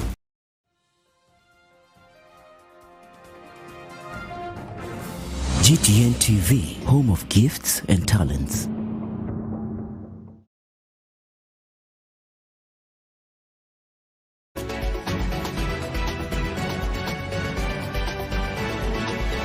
Karibu kwa awamu ya tatu na haswa tuangazie jinsi mambo yanatendeka katika nyuga tofauti tofauti za kispoti. Na hapa nchini ni kwamba mkurugenzi mtendaji wa Safaricom Peter Ndegwa leo hii amemzawadi mwanariadha wa mbio za masafa marefu na mshindi wa rekodi ya dunia ya mbio za wanawake Faith Kipyegon ambaye ameweza kushinda na kuvunja rekodi mbili za dunia katika mbio za mita 1500 na mita 5000. Amesifiwa sana kwa kuwa yeye mwenyewe ameweza kutenda vyema na haswa kupeperusha bendera ya nchi, huku apita akisema kwamba ameweza kupeperusha ile bendera ya Kenya juu hasa kwenye ramani ya ulimwengu. Mkurugenzi mtendaji wa Safaricom Peter Ndegwa leo amemzawadia mwanariadha na mshindi wa rekodi ya dunia ya mbio za wanawake Faith Kipyegon. Mwanariadha huyo alishinda baada ya kuvunja rekodi mbili za dunia za mita 1500 na mita 5000 mtawalia. Ndegwa alimsifia mwanariadha huyo kwa utendaji wake wa kupendeza na kwa kufurusha bendera ya Kenya katika ramani ya ulimwengu. Zawadi hiyo ni sehemu ya msaada wa Safaricom kwa wanariadha wanaoweka jina la nchi kwenye ramani ya kimataifa. Haya yanajiri wiki moja baada ya Rais Ruto kumzawadia Kipyegon shilingi milioni 5 kwa ushindi huo na nyumba yenye thamani ya milioni 6 kwa mashukrani. Aidha, kampuni ya Ndereti ilimuenzi baba yake Faith Kipyegon kwa zawadi ya gari. Kampuni hiyo ya Rana Auto Selection Limited iliahidi kutoa zawadi hiyo kwa niaba ya Kipyegon ambaye aliahidi kumnunulia baba yake gari. Gari hili ni aina ya Toyota Probox ambalo mzee huyu atakuwa akitumia wakati anaendeleza biashara yake. Na tunasema heko sana kwa mwanariadha Faith Kipyegon ambaye amekuwa nyota haswa katika ulimwengu wa riadha na haswa mbio za masafa marefu. Na kufikia hapo basi ndipo nitaweza kujia jomvi na bila shaka naweza kutilia kikomo taarifa zetu za runinga GTN saa 1. Lakini kila siku tukufahamisha kwamba lazima niweze kusoma taarifa ama arafa 2-3 na ambazo zinazidi kumiminika haswa kwenye mtandao yetu ya kijamii. Upande wa Facebook namuona jamaa anatambulika kama vile Kaburi Kings anasema kwamba tunawapata vizuri sana tuko Uthaya. Namuona Kairo Sama anasema tunapewa habari za saa 1. Anaona jamaa hapa anaitwa Idhaka anasema kwamba ako mitamboni sana. Mheshimiwa Wainai na Wambogo namuona anasema kwamba kazi kuntu na asante sana. Kibe Kinywa unasema unatupikia vizuri sana. Asante sana. Duo Kamwangi anasema kwamba Muranga Kirogo tu mitamboni asante sana. Na kuona vile vile Patricia Makumu anasema kwamba unatupikia vizuri sana. So ukiwa maeneo ya Ruaka asante sana. Iano Malikei na kuona sana Everin Wamboi Gidhenjo nasema keep up the good work. Na kuona Kevin Mwangi nasema Kiswahili kitukuzwa wanifurahisha. Nick Miko nasema keep grading bro 24/7 tuko on kama local pubs asante. Esther Maina nasema kwamba to more success Empress Jane na kuona kwamba unasema kwamba tu mitamboni. Chris Mwangi nasema welcome home sa GTN TV Kenya ndio sasa inakura kukula asante sana. Nyuki Mwangi unasema kazi kuntu asante sana. Zili kuzindi huyo ni Wamboi Kirago asante sana. Hizo ni baadhi tu ya arafa na ambazo mweza kutumia haswa kwenye mtandao ya kijamii. Mwelekezi wangu ambaye anajulikana kama vile director Eriko nasema kwamba ni wasalimia haswa wafanyakazi wa mkahawa wa Milk Point bila shaka maeneo ya Uthaya. Anasema salamu ziwafikie. Na bila shaka kabla nitoke studioni ni lazima nikushukuru wewe mpenzi mtazamaji ambaye umeweza kututazamia na haswa kutuandikia na arafa. Na wewe ambaye umetutazamia haswa na unaweza kutuandikia arafa lakini umetutazama anasema asante sana. Asante sana kwa wale wote ambao wamewezesha kazi yote kuweza kutendeka na kupeperusha taarifa hizi kwa njia moja kwa moja wakiongozwa na mwelekezi wangu ni mtaja hapo awali anatambulika kama vile director Eriko, producer Muredhi vile vile haswa msanii wetu ambaye anafanya kazi nzuri sana haswa katika studio hii anatambulika kama vile Mary. Asante sana piga picha wetu ambaye tunamuita Jonte wa picha asante sana. Asante sana wanahabari wetu na ambao wamehakikisha kwamba wameenda nyajani na kuweza kutuandalia taarifa hizi kwa njia moja kwa moja. Mhariri wetu mkuu ambaye atambulika kama vile Ruth tunasema heko na asante sana. Kabla niweze kukunja jamvi kila siku nilikuambia lazima niweze kupatia dibaji la siku, dibaji la maisha. Waswahili walipopatana walilenga kwa kweli na kufuma bambam wakasema kwamba ni heri kupoteza hazina kuliko kufiwa na mganga. Hivyo ni kumaanisha kwamba ni heri ukapoteza kitu chochote kile kuliko kuweza kupoteza kitu na ambacho wewe mwenyewe unakithamini sana. Sie wa Kristo tunasema kwamba ni heri upoteze kitu chochote kile kuliko basi uweze kupoteza uhusiano wako na Mwenyezi Mungu. Kwa wale ambao ni Waislamu wanasema vile vile ni heri wapoteze kitu chochote kile kuliko kupoteza uhusiano wao na Allah. Hivyo basi ni vizuri tuchunge vitu na ambavyo tunavithamini maana yake zinatusaidia ama vinatusaidia kila siku na kila wakati. Langu jina ni Munano Makomi, siku zote nasema alamsiki.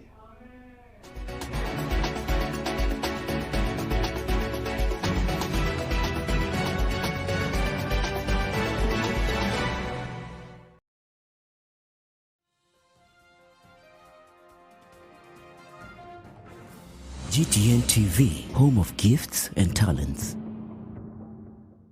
At Peak Meadows, we have tons of reasons to help you create treasured moments. We offer beautiful experiences such as rustic bar and restaurant where you get to